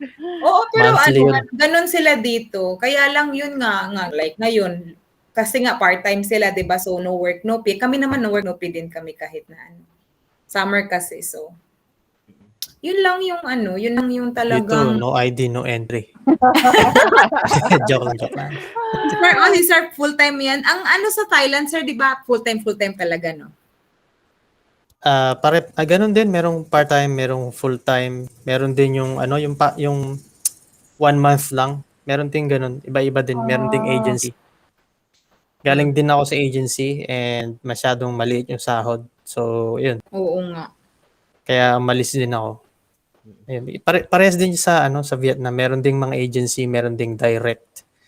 At saka ano ba tawag dito? kapagka ano nila nakita nila yung experience mo mahaba na, mas gusto nila yung matagal ka na sa Thailand kaysa yung mga baguhan. 'Pag baguhan, bibigyan ka ng barya. Yung sahod mo Oh. Oo barya. nga 'no, ang liit ng bigayan nila. Ang alam ko Hmm. sir nasa 30 to 40,000. Hindi yung sa akin ang pinakamababang natanggap ko 15. 15 baht, 15,000 baht. Pinakamababa na 'yon. Pero For a month? mababa na 'yon, seriously. Yung sinuwerte ako kasi 15, may mga nababalitaan kami na 12. So Ano halos yun? For a halos month? pantay. Full time yun, sir? Oh, full time. May mga ganun talaga. Yung Ah, mga malalayong probinsya. kaya pala sinasabi nila mas mataas talaga daw ang bigayan ng Vietnam. Kaya Sa maraming galing Vietnam? Thailand pumupunta diyan. Galing ako diyan for 3 years ago. Nandiyan ako for ano? Almost 2 months nandiyan ako. Pero parang swerte mo talaga yung Thailand, sir. Mas nagustuhan ko rito sa Thailand kasi nandito ang aking pag-ibig. So, Hey! hindi Yun. seriously. Nandito yung girlfriend ko. So punta ako ng Thailand, na-realize ko na malaki yung sahod pero malayo sa pag-ibig. So balik na lang ako dito. So, Yun naman eh! Sana Nandun ako all. sa yung malapit sa airport. Anong pangalan ng airport? Ewan ko, Govap or Tanbin? Ah, Tanfu. basta yung malapit sa China. Malapit na ako sa China noon eh. Basta yung nandun ako sa capital. Hanoi. Sa Hanoi Ayun, pala. Hanoi. Tapos isang sakay magmula doon, napuntahan ko yung marami silang branches. So doon ako nag-work for more than 30 days. Okay naman yung work, kaya lang madugo pala. Yung mga estudyante mo magmula sa kinder hanggang professional, lahat yun, no? So, panis. Wow. Pagod. Tapos yung katutubo, yung Vietnamese, may motorsiklo siya, dadalhin ka niya every weekend sa mga weekend schools, yung mga may English program, dadalhin ka. Tapos, Actually, dito talaga, walang problema kung okay lang yung panahon. Walang problema, nakakapasok ka talaga. Kung may mga ano ka lang, may mga like that na kay sir. Mga kapit. yun din. Same lang dito, kung may kakilala kang mga Pinoy, may mga nauna na sa'yo, pag umalis sila, you can replace them. So, ganun yung nangyari sa amin. O pag Yung may kaibigan opening. ng girlfriend Oo. ko, nagpunta sa ibang school, so kami yung pumalit sa kanila. Yun din yung balikan natin yung assessment. Yung sa language school kasi wala silang masyadong assessment. 'Di ba sir? 'Di ba Sir John? Yung wala silang na assessment ba? Basta tapos ka na Turo sa lang ng course na to. turo lang ng turo. Oo, turo ka na ng turo. Tapos walang summative, formative lahat siguro, activities lahat. Puro activities. Oo, parang Puro usap, puro interaction. Baliktad sa school. walang assessment, may assessment lang sila pero parang for the sake lang na parang may masabi lang ang Meron estudyante. lang maipakita sa mga magulang. Oo, may sabi lang estudyante na tapos kahit na bababa yung score nila or mataas yung score nila, papa-move up ka doon sa next course. Ganun. Business. Yeah. Hindi ko alam sa school. Hindi ko pa na-try sa school. Pero yung sa agency, ganun nga yung ginagawa sa amin. Yung center, pinupuntahan ng mga estudyante after 5 o'clock ng hapon. So, 5 hanggang 9 ng gabi, every weekday, yun ang kayod mo. Tapos pag weekend, buong araw ka. True. Ayun, buong araw. So, ganun nga. So, balik na lang ako dito. Ayoko nang ganun. Irregular hours. Talagang hours. irregular hour dito. Mostly sa mga language schools kasi syempre nag-ooperate sila After. evening and weekends. Weekends. Kasi syempre formal education yung Monday to Friday regular classes. So, So, mas mga- maganda na kung may ka dito, kung may regular class ka in the morning, tapos anong tawag? Weekdays. Weekdays, tapos may language school ka pa in the evening, tsaka weekends. So, patayan din kung trabaho ka. Oy, ganun kaya ako dati. Oo, may regular class na ako kasi naswertihan din naman na nakapasok ako dyan siguro mga 6 months ako dito, nakapasok ako dyan. So, may language school pa din ako, kaya ako na lang yung sumurrender kasi 8 to 4:30, yun yung regular classes ko. Tapos, from 6 to 9, meron pa yan Oh in my gosh. the evening. Every night yun. Tapos, may weekend ka pa na 8 to 9 din, 8 a.m. to 9 p.m. Ah! Oh, batayan. Oo, true. Oh my goodness. Yung Oo. yung first job ko dito, 3 months lang ako doon, sumurrender talaga ako kasi ang day off ko, half day lang ng Sunday. My Ano? gosh. Hmm.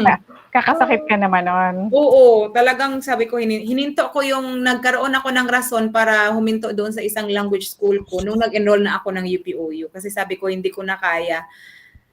Ang layo, no? Manglayo, mga 45 minutes ako magdadrive from my home to that school. Wow. Ang layo nga. Oo. As in, super talaga. Kaya, talagang sabi ko, kahit nawala na akong pera, okay na to, basta maka-UPOU ako. Ayun. Okay. Oy, si Miss Ria, may ano yan? May pa-question ka, may pa-quiz ka, di ba? Wala na bang ano? Kaya nyo pa ba? Oo, ito. Ano, Kaya yun pa. ah. Kaya pa. May pa-quiz yan. Pero yung may multiple choice question siya. So when you tap an answer, may prompt na siya kaagad kung tama or ano. Ah. Wait. Ay, akala Hindi naman yan 200 Ito ba yun? items, ma'am. Hindi, 6 lang to. Mabilis lang.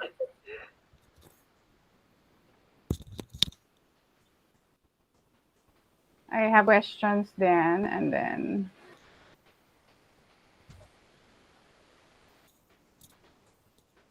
can you see? Mm. Ay, hindi yata ito. Sorry. To, this one.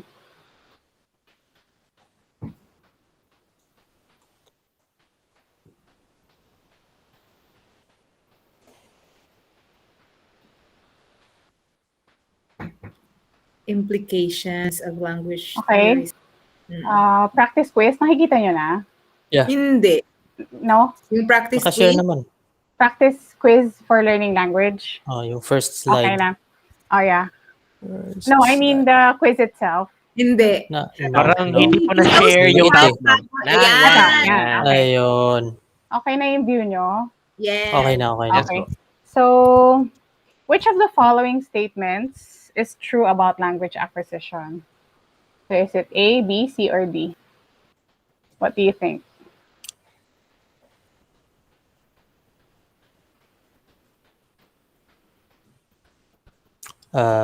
B.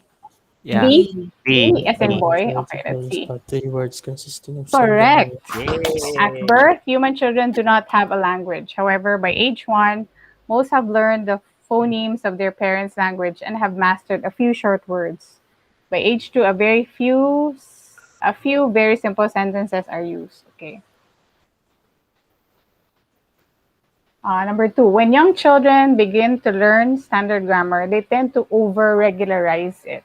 What does this mean? C? C. C. Yes. Okay. Overgeneralization. Yes. Correct. An example is the rule for making the past tense of regular English verbs. So, ilang beses na natin ito nadaanan. Sabi ni si Sir John yata yung nag-discuss nito. Mm-mm. Sorry. When is the best time to learn a second language? A. Early childhood. Second language? Second language. I think early childhood. As early as possible. Okay. Micah, do you have the same answer? A. Yes. A. Correct. The younger you are, easier it is Perfect na to learn kayo! another language. Ready na tayo. Kasi ito yung natatandaan ko I don't know if you remember, Patricia Cool. So sabi niya, yung bata, baby pa lang, nagmamap na siya ng sound sa language na naririnig niya. So kung parehas mo in-introduce, parehas matututunan ng bata. Kaya simultaneously, okay lang yan, walang problem. Kasi iba, they worry na baka ma-confuse. Pero studies have shown na it's no problem. Parehas matututunan ng bata. Yeah. Okay, it is best to learn a second language in a classroom through constant contact with a native speaker and both of the above approaches. C. C. Yeah, A. see. Let's Both. see. Constant See? contact and grammar. Okay, let's see. Native speaker, yeah, in their society. Wrong. Ah! One Oh, of these two B. methods B. is far superior. It's B. wrong. what? B. I think B. B. Okay, correct. Ah. This forces you to concentrate on language all of the time. Mm.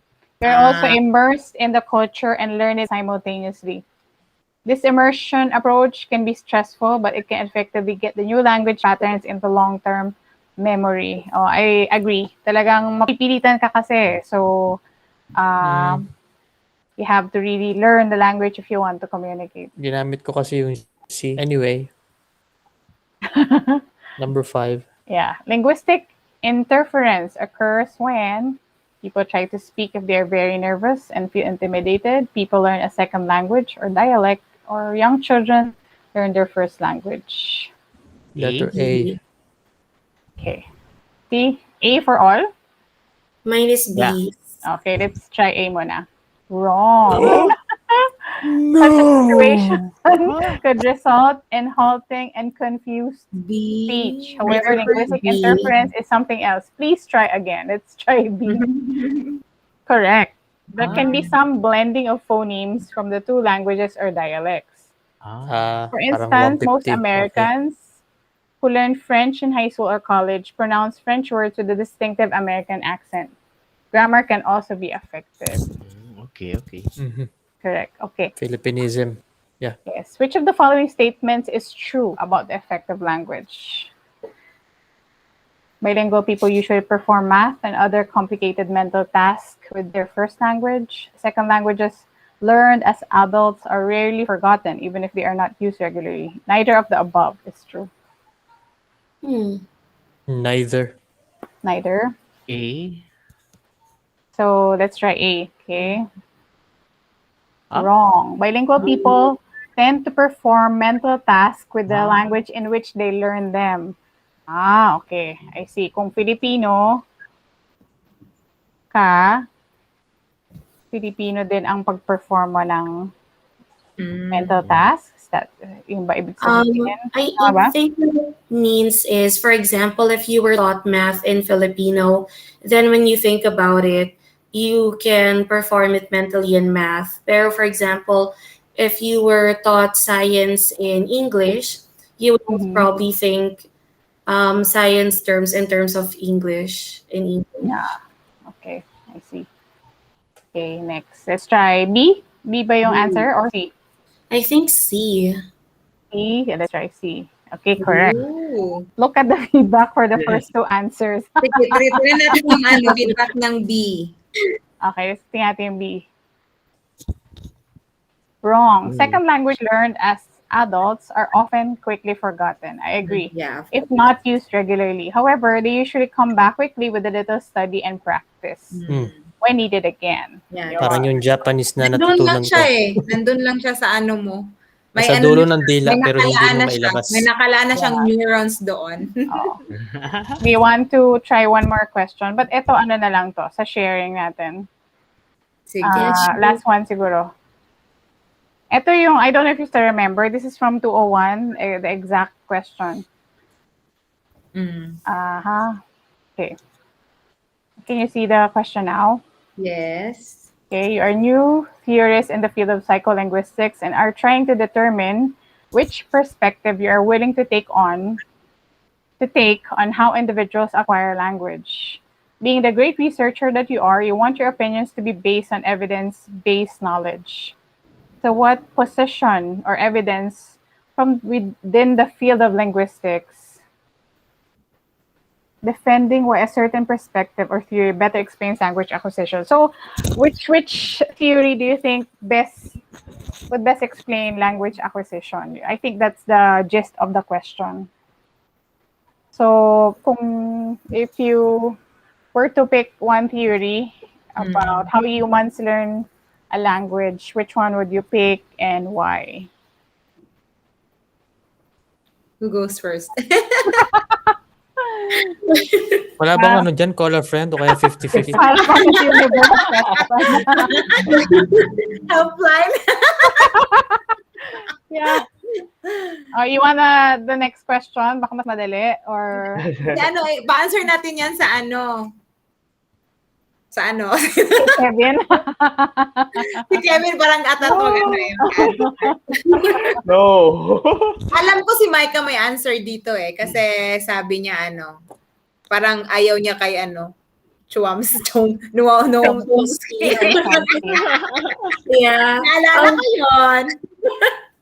Yeah, medyo nag-lean ako sa social linguistic theory eh. Because I really believe na language acquisition, it really stems from, like, I understand na meron na tayong innate ability, pero for us to be able to understand yung constraints and then to further develop it, we need to be using it in social interactions. So that is the only time that we are going to get models from the environment to know what is correct.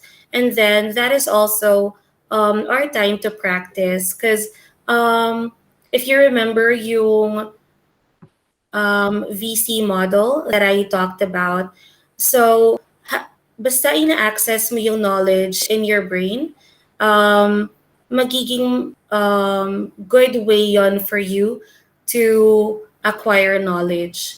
So kapag yung knowledge nandyan lang sa brain mo and you're not using it, then hindi mo siya Kakalawa. madidevelop. Yeah, so language learning always has to coincide with social interactions. Otherwise, it's basically useless. Why even talk? Yeah. So, Mm-mm. yeah. Agree with Micah. Ang nare-remember ko dyan lagi yung critical age hypothesis na pag hindi mo talaga itinuro or walang interaction na provide sa bata or sa nag-aaral ng language, magiging mahirap kasi, especially with kids, kasi there's a certain window lang na they can learn a language na after a certain age, talagang Wala na. they might learn names of things, so makakakuha sila ng, matutunan lang yung nouns, mga pantawag, but yung grammar itself will be quite hard to for them to acquire, as proven by one of their studies, yung isang ang bata na was discovered when she was already 13, and after years of teaching her, they realized that she couldn't form a sentence. She can name things, but she can't converse kasi yung grammar na part hindi niya matutunan. So, yun din, nandun ako sa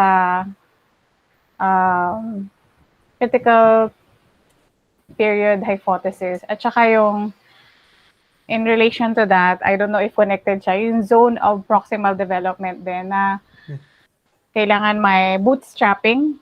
Yung it matters yung adults na nasa surroundings mo na mag-aano sa'yo eh. Mag-guide. Mag-guide. Would take you out from your, kasi di ba yung zone of Difficulties. proximal development, meron kang circle na nandun ka ngayon, would lead you to the next level para eventually you can go to the next step by yourself independently. So it has to do with the support that you have at home, interactions na meron ka lagi.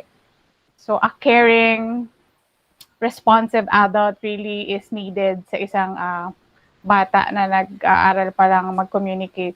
When it comes to second language yun, as what Micah has said, it has to be practiced in a context. Dapat may kausap.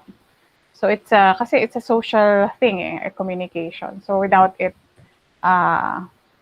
mahirap ma-acquire language. Kung puro, katulad ng ginawa sa atin sa school, di ba? Puro grammar, tapos di ka naman pinagpa-practice. Eventually, ano bang natandaan mo about grammar? Di ba?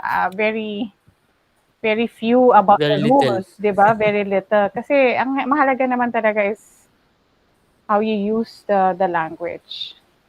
So yun, that's what I believe in if I were to defend a theory on language acquisition.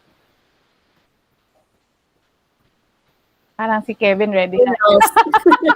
Si Sir Kevin may gustong sabihin eh. Sama ng ano eh. Wala po, Sama ng tingin eh. nagsasmile lang ako. Wala. Yeah, I think yung I'll just support lang talaga yung sinabi ni Mamaika about the social part of the language learning talaga. It's very important. Yun lang. Yun lang talaga. I think pareha kaming nag-bias ni Mamaika ng discourse theory, 'di ba? Yung discourse Yes. theory. So, yun, yeah, I think discourse theory it's where we learn the structures of the language, and that's how we learn to speak because of the people who are speaking it to us, plus the acculturation model that again, it's again socio-cultural pa rin na approach. And then the only thing that is not socio-cultural talaga sa akin is I think na discuss natin to. It's about statistical learning. If you can remember na we are trying to make hypothesis. It's still part of the social linguistic, but may part na rin siya na cognitivist kasi we are processing the language that we are receiving from other people, and then we make rules again, interlanguage again. So we're trying to come up with rules, and then we try to apply it to them, and then sometimes we overgeneralize those rules, and then people will tell us, hey, that's wrong. So we backtrack that overgeneralization, and then we use the correct one. So I think it's really on more talaga on what we hear from others. So again, sociocultural theory. Yes. Yun lang. Copy-paste na lang. Same. So at least kung magte-take tayo ng exam sa November, at least lahat tayo, if may question na ganyan, sociocultural tayo. approach. Sagot na tayo. Right. Actually, ganun din naman yung answer ko that time. Ano din, more on I lean on to the Vygotsky's theory Theory. more than Noam Chomsky. Mm-mm. Yun lang. As short as that. Para na sila mag-research kung sino si Vygotsky kasi Noam Chomsky. Ay, nako. Ikaw, Yeah. sir. Sir John, Ha? Anyari? return. Anyari? Ikaw, sir, yung turn mo. Hindi, tapos na ako, di ba? Tapos. Sorry. Ay, hindi pa ba ako tapos? Hindi, nananaginip ako. May next Ah, question, sir. ano yan? May next question. You want to take care of the next question? Next question. Siyempre, paunahin mo sa first question na yan, Ria. Kaya pa? Oh, Kaya ba siguro? sure. Ano guys? 9:30. Yeah. ikaw How lang na many minutes are there? Medyo lumilipad na pero buhay pa. Kaya pa yan. Recently, someone you knew had a baby and with your newfound psycholinguistic knowledge, you realize that you may have some advice to help the baby's language acquisition when the time comes. Using what you know about the theories and models of language acquisition, what tips or guidance could you give this person to help her baby to achieve language acquisition? Specifically, describe with examples if there are certain aspects of the theories or models of language acquisition that could support the nasa gitna? The The infant. infant in developing Developing language language skills. Okay. So maybe I can instead of theories, I will use my own experiences. So when I was a little kid, I noticed that people continually talk to me. So I don't remember everything that they told me, but merong positive enforcement.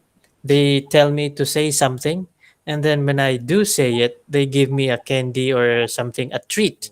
Nung lumaki ako, saka ako na-realize para akong aso. But because of That's that, conditioning. yeah, exactly. So conditioning. And then I also remember being punished. May narinig ako sa kanto, and then pag uwi ko, ginamit ko, napalo ako.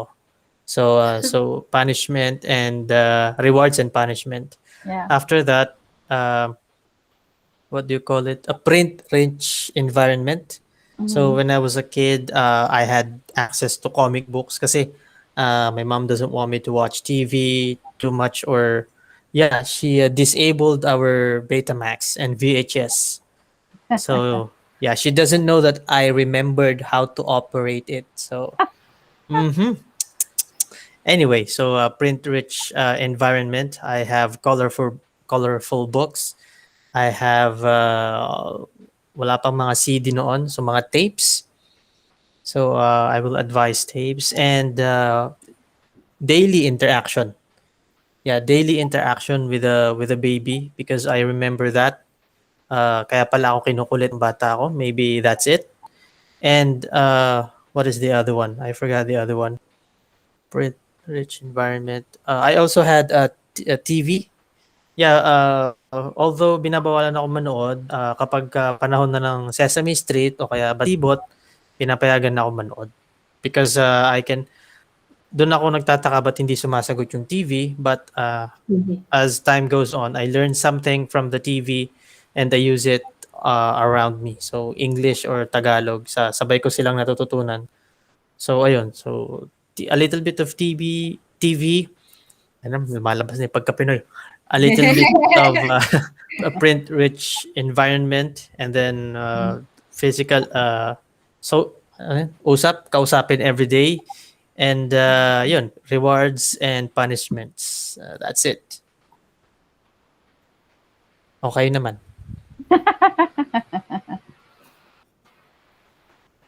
Do you even agree or disagree with that? Parang Naabutan nasabi niyo ba mo yung na mga lahat, Sep. cassette tapes? Si Sir Kevin, naabutan mo ba yung ano, Of ganun? course, oo naman, Mga sir. tapes? Oo, yung Tapes? yung cassette tape, yung VHS. Betamax, hindi na. VHS. Oo, parang hindi na, Betamax. parang hindi na, wala ng Betamax Oo. nung time ko. VHS na lang. Power Rangers. Power Rangers. Hindi mo naabutan yung Voltis 5 at saka Hindi na, ano, hindi na, sir. Voltis 5. Anyway, Cider. Shider. Kayo naman. Ano yung, kung kayo yung ano, ah, magpapayo, sino ba yung may baby? Si Ma'am Eden, di ba may baby ka? Oo, yung ano namin dito, multilingual baby namin dito. Oh, lagi naman ang sinasabi ko naman talaga sa kanya, Teka lang, sabi mo multilingual, ilan yung language na alam niya ng sabay-sabay? hindi ngayon, kakausapin ko siya ng Cebuano, kakausapin siya ng Tagalog ng kasama ko, yung mama niya Ilonggo, tapos yung yaya niya Vietnamese, tapos usap kaming tatlo, apat Tagalog. Bah, ayos, polyglot. Bah, polyglot na. Tapos English pa, Tagalog English, 6. Pa sa mga lugar na sinabi mo, na kung saan na ginagamit yun. Mm. Okay, continue. So, yun yung the same thing na sinabi ko sa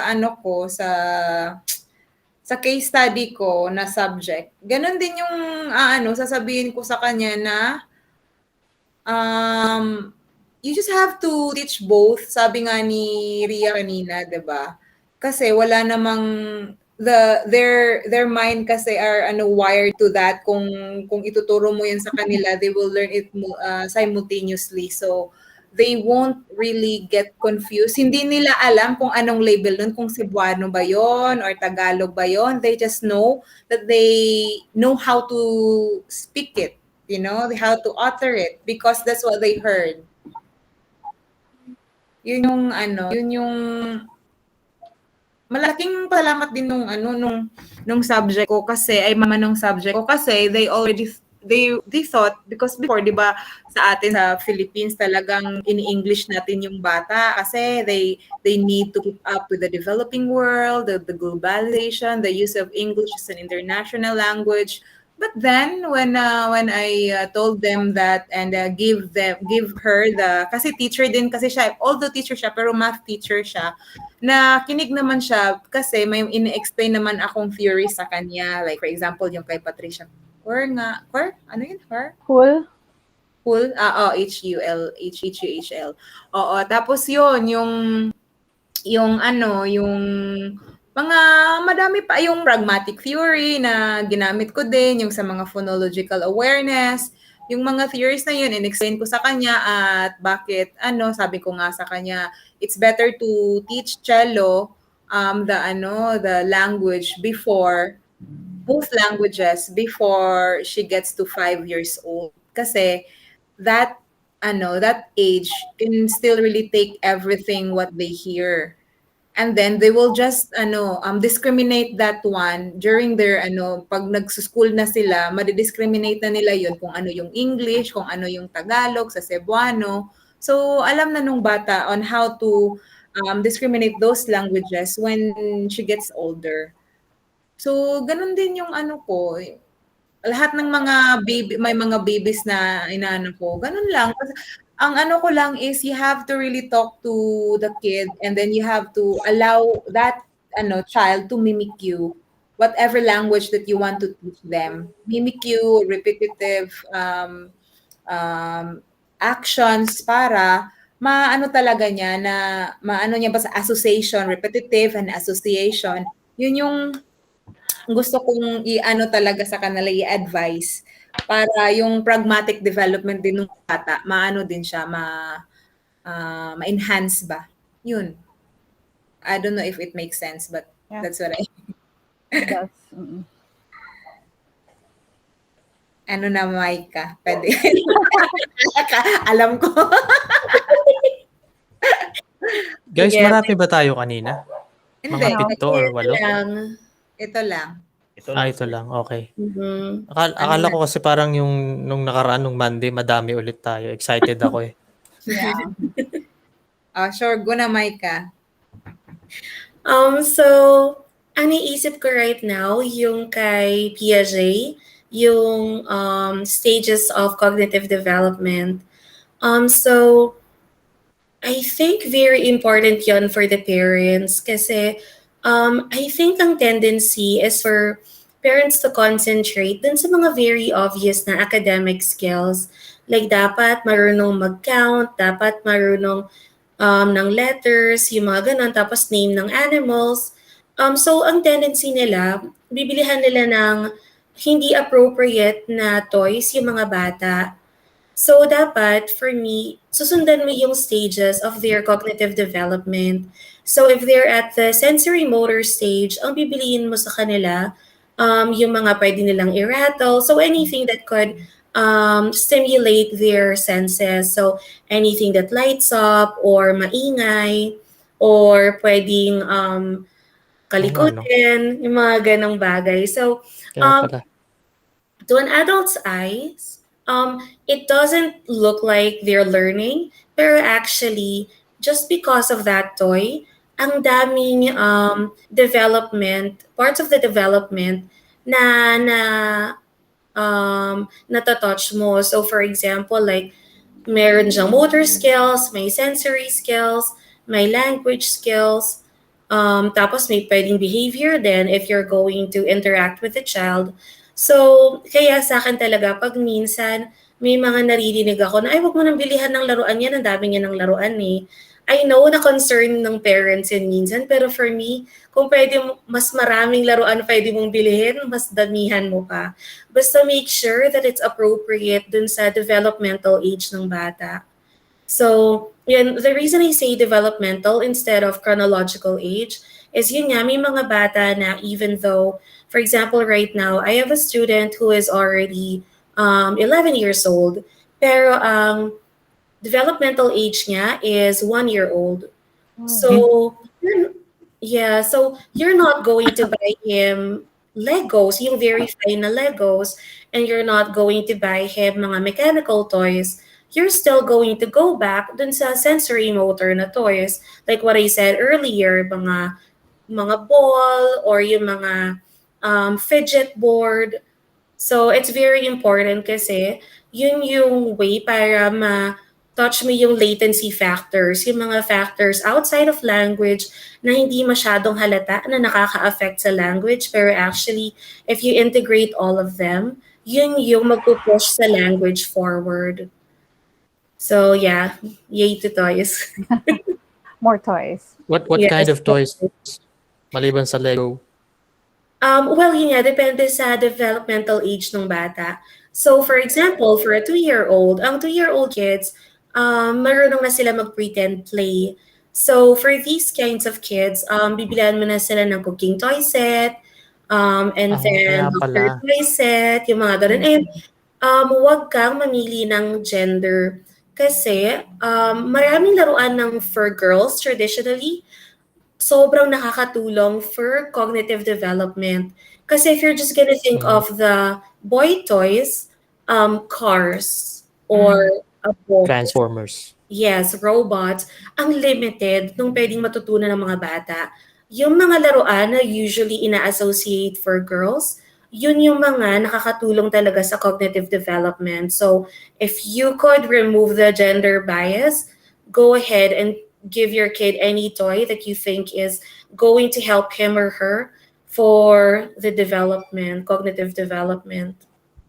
Maybe that's the reason I don't know how to cook. Anyway, Same Baka. din, same. Totoo yun, yung 2 years old na sinasabi mo, Maika. Kasi yung subject ko, ang galing-galing niya. Tapos minsan, hindi ko ma-appreciate yun. Kasi yung mga pretend play ba? Tapos sabi niya, Ninang, let's play. Sabi niya, okay. So, yeah, I will bibigyan niya ako ng cupcake. Sabi niya, Ninang, you eat. Sabi ko, but it's a toy. No, Ninang, just pretend. Gagawin siya. Siya pa yung nagturo sa akin. Okay. Yum. tapos sinuha ka ng ipis. Oo, ganun. Ang smart ng bata actually pag ganun ang ginagawa. May True. talaga yun. Okay. Bata, ma-develop yung niya. Pragmatic tsaka cognitive skills niya. Yeah, so through play talaga, sobrang dami mong matatarget na language skills. So, usually pag merong bago akong student, ang una kong tanong sa parents, ano yung favorite toy niya? Oh! Yun na yung pang-bribe ko. So, gagamitin ko na yun the whole time. So, for example, if meron akong kid na nagtatantrums, tapos ang dahilan kaya siya nagtatantrums kasi gusto niyang agawin yung ball sa akin. So, very easy. Tuturuan mo lang siya, okay, show me your hand. Tapos kapag naganito na siya, that's communication. So, bigay mo na yung toy. So, naturuan mo na siya ng communication and then at the same time, kakalma siya. Kasi the only reason kaya siya nag-express ng negative behavior is that hindi niya ma-express in a verbal manner. So pag nabigyan mo siya ng less aggressive way to communicate, mababawasan din yung aggressive behavior. Parang galing Agree. sa movie. Oo. Galing talaga, no? Galing talaga ni Teacher Micah. Maybe, I think that's the advantage if you are actually in the field. Kasi you know it like the back of your hand. Yes. Kahit balik-balik ka rin, you learn yun. through experience di ba, Teacher Micah? You learn through experience na pagdaanan niya yun, tapos parang yung theory na yun, makakapag-affirm na lang yun kung ano man yung ginagawa niya or eliminate those things na ginagawa niya na hindi pa appropriate sa mga ganun na stages. So something like that. Yes, oo.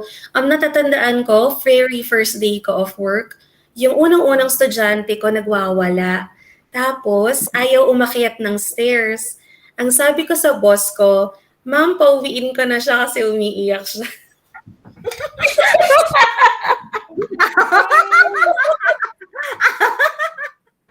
Wala man lang assessment of nangyayari. Tapos yung mukha ng boss ko, syempre like 20 years na siya nagpa-practice, sobrang di siya makapaniwala na sa niya, pauwiin mo yung bata? Ang assessment of situation. So ngayon hindi na ako nagpapauwi ng bata.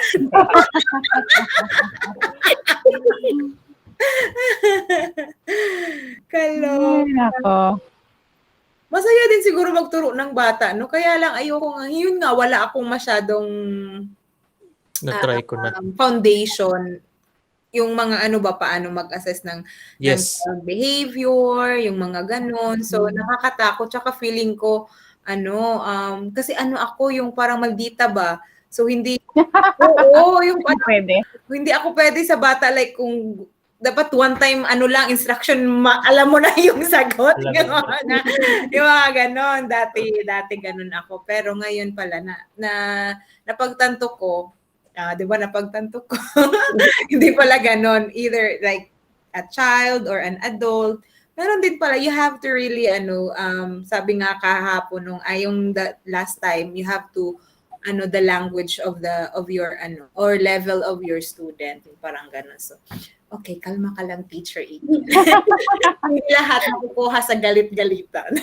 Oo. Ano naman Oh, yun? yan na. Babe. Tumatawag ako, babe.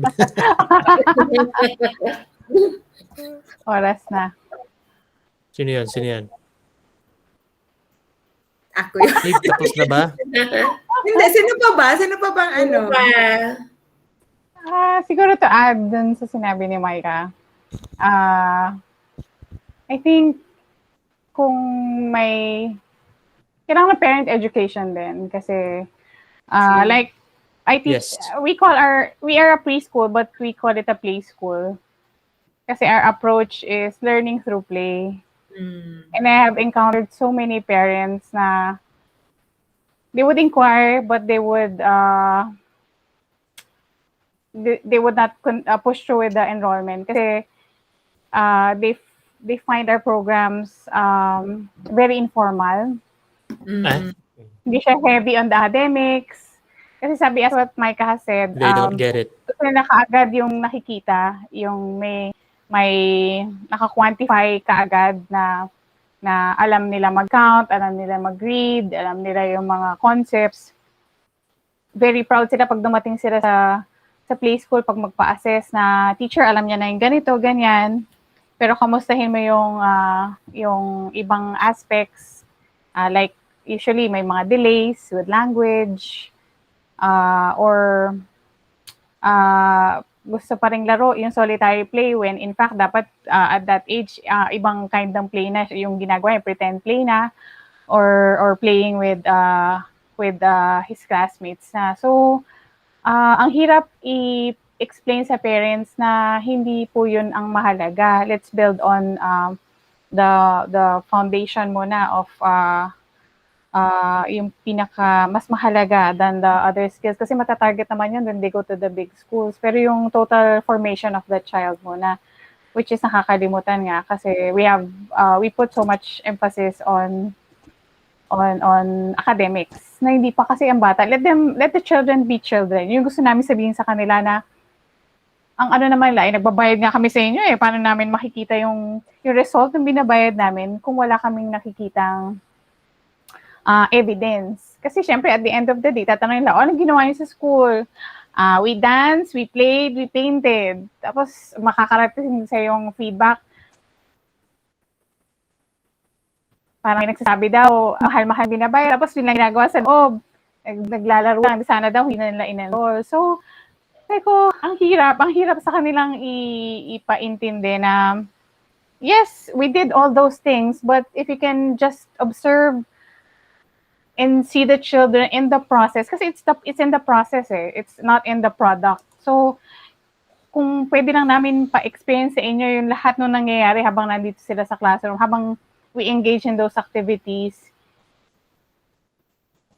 kaya lang ang hirap niya i-explain kasi hindi mo naman siya nakikita mo na lang yung changes na nangyayari sa bata na I hope they get to see. Kaya lang gradual yun, syempre hindi na agad-agad makikita. So yun, I wish we could educate parents more on the more important things rather than the academics. And also, bumabalik ako ulit kay Patricia Cole kasi hindi ko siya makalimutan. Yung sinasabi niya na she made a study, isang batang in-expose sa language with an adult, may tutor na pupunta sa bahay every day to teach the child. At saka isang batang hinarap lang sa TV, just hearing the language, a baby, no? So, what they found out is very interesting kasi dun sa everyday na may tutor, ang laki ng development na nangyari sa baby. But dun sa baby na iupo nila sa TV, there was barely a development with the language skills of the baby. may mga ginamit sila na instruments na medyo technical, hindi ko gana ma-explain. Pero that was very striking to me kasi yun, talagang walang makakapalit sa human interaction kahit anong ganda pa ng technology na ihain mo sa bata. Na hindi ko rin maipaliwanag sa parents kasi ang galing daw gumamit ng iPad, ang galing daw mag-shift ng mga apps. Sa isip-isip ko, that's nothing to be proud of kasi ano yun eh, malalaman niya later on, pero kamusta ba siya? Pag ano mo, nakikipag-away kasi ang igsin attention span, hindi makapag eye contact, which are red flags kaagad yan sa mga bata. Yan yung mga tinitingnan mo kung bakit mo dadalhin kay ka kasi may problema. So, yung bang kakausapin mo pero hindi tumitingin sa'yo, o yung parang tagusan yung tingin, so that's a red flag. Sorry. Ano ibig sabihin ng ganun pag walang eye contact? It would depend on the assessment, pero usually may mga pwedeng autism, which is a broad spectrum, marami siyang pwedeng problema. Kaya kami naman as preschool teachers, ang ano lang namin is to report to the parents what we observe. Pero yung sabihin mo may problema po yata, ang hirap diretso yung nagalit. Paano nyo po Baka kaya? iba yung intindi nila. Baka iba yung intindi. Kasi they take it personally na parang it's an attack on their parenting, na hindi sila magaling mag-parent, kaya may problema yung bata. So, yun yung mabigat sa part ng preschool teacher, yung having to explain to parents at maging open-minded yung parents at tanggapin yung sasabihin mo. Kasi more often than not, balik sa amin anong ginawa nyo? Kaya ako nga pinasok sa inyo di ba? O bakit walang nangyari? Ang tagal-tagal na nasa inyo, hindi nyo yung nagawa na paraan. So, that's yun yung mahirap na part sa amin. Yung ipaintindi sa kanila na nothing can ever replace the interaction between you and your child or another caring adult. Kasi kahit ihain mo dyan kahit ilang gadgets,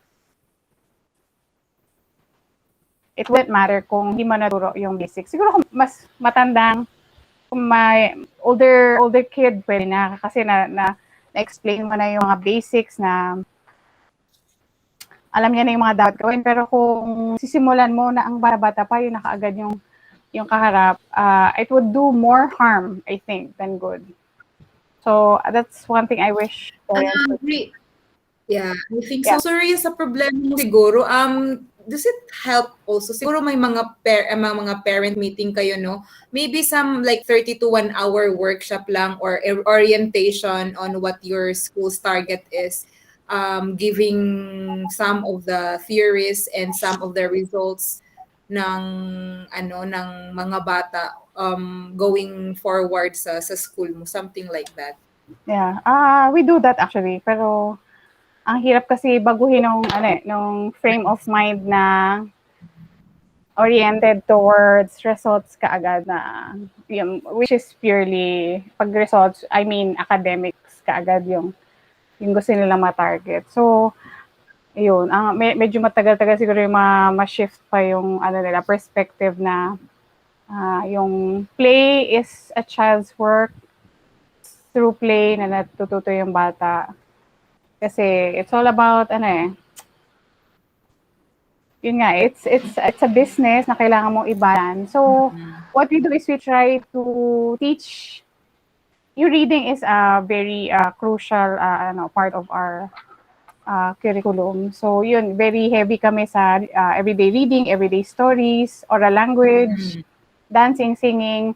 Doon nga kami na-question, bakit may dancing at saka singing? Kasi parang sayang. DBR. It's a waste of time for them. Actually. But actually, no, dancing is like locomotor yun, Micah, di ba? Tsaka yung singing language yun. Yes. Yeah. Yeah, but yun. Kasi nga daw It goes back to what dapat, you said earlier. Parents also need to be educated about these things. Kasi nasa utak nila just yung grade sa school, yun lang yung mahalaga. So, correct. yeah, dapat may parenting classes bago ka Meron. I think Yeah, it's sana. important, yung parenting mo. classes ba siguro at least 4 times a year. Yung may ano din sila, may midterm din sila tsaka final. Para hindi tayo nagsisisi, no? Oo, dapat ganun may mga ano, hindi lang yung 1 year, one time orientation ba, hindi lang yung ano, Oo, ganun. very demanding kasi parents ngayon eh. I'm sure you know. Oo. Oo, kasi lalo pa yun na natithreaten sila sa challenges ng world na nakikita nila ngayon ba. Yeah. Tsaka the more higher the tuition that they pay, the more demanding that they are. It's true. So, yun, kailangan mag-ano ka dun eh, mag-level up ka dun sa binabayad nila. At syempre, magdidikta sila nung gusto nilang makitang results. Eh syempre, kailangan mo mag-survive, so dapat mapagbibigyan mo din sila. So, yun. Ilang students kayo sa school nyo ngayon, Ria? Yun nga ang problema. Diba, I told Pero you. Normally, very few lang yung population namin. Last year, 50. Ganyan. Umaano na marami na din yun, no? Kaya, Maraming kasi ang in-offer namin is, kasi ang orientation ko is, I don't know if you're familiar with the personalized education. Yung kasi yung training ko dun sa previous school na pinanggalingan ko. So that's what we do with the child then. Individualize yung program, kung ano yung kailangan ng bata, bibigyan mo ng time doon. Yun yung sabi ni Kevin kanina, no? Individualized curriculum. Oo. Yun nga lang, takes more time, more effort.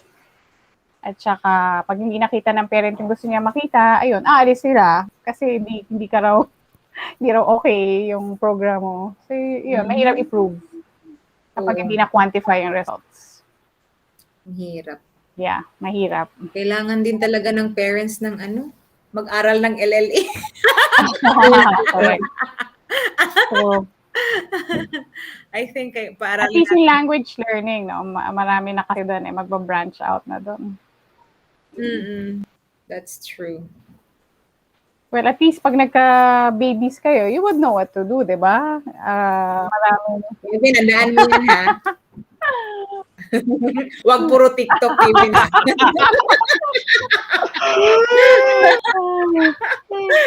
Sige pa, no? Sir, ha? TikTok. TikTok mo, ha? Ano ba yan? My heart goes boom. Iba yan, sir. Bad yan, sir. Ay, ba't alam na alam, ay? Ang galing. Ang saya. Hoy, malapit na ang exam nyo. Ano nang topic natin bukas? On Friday. Ay, Friday. Oo. Tingnan natin.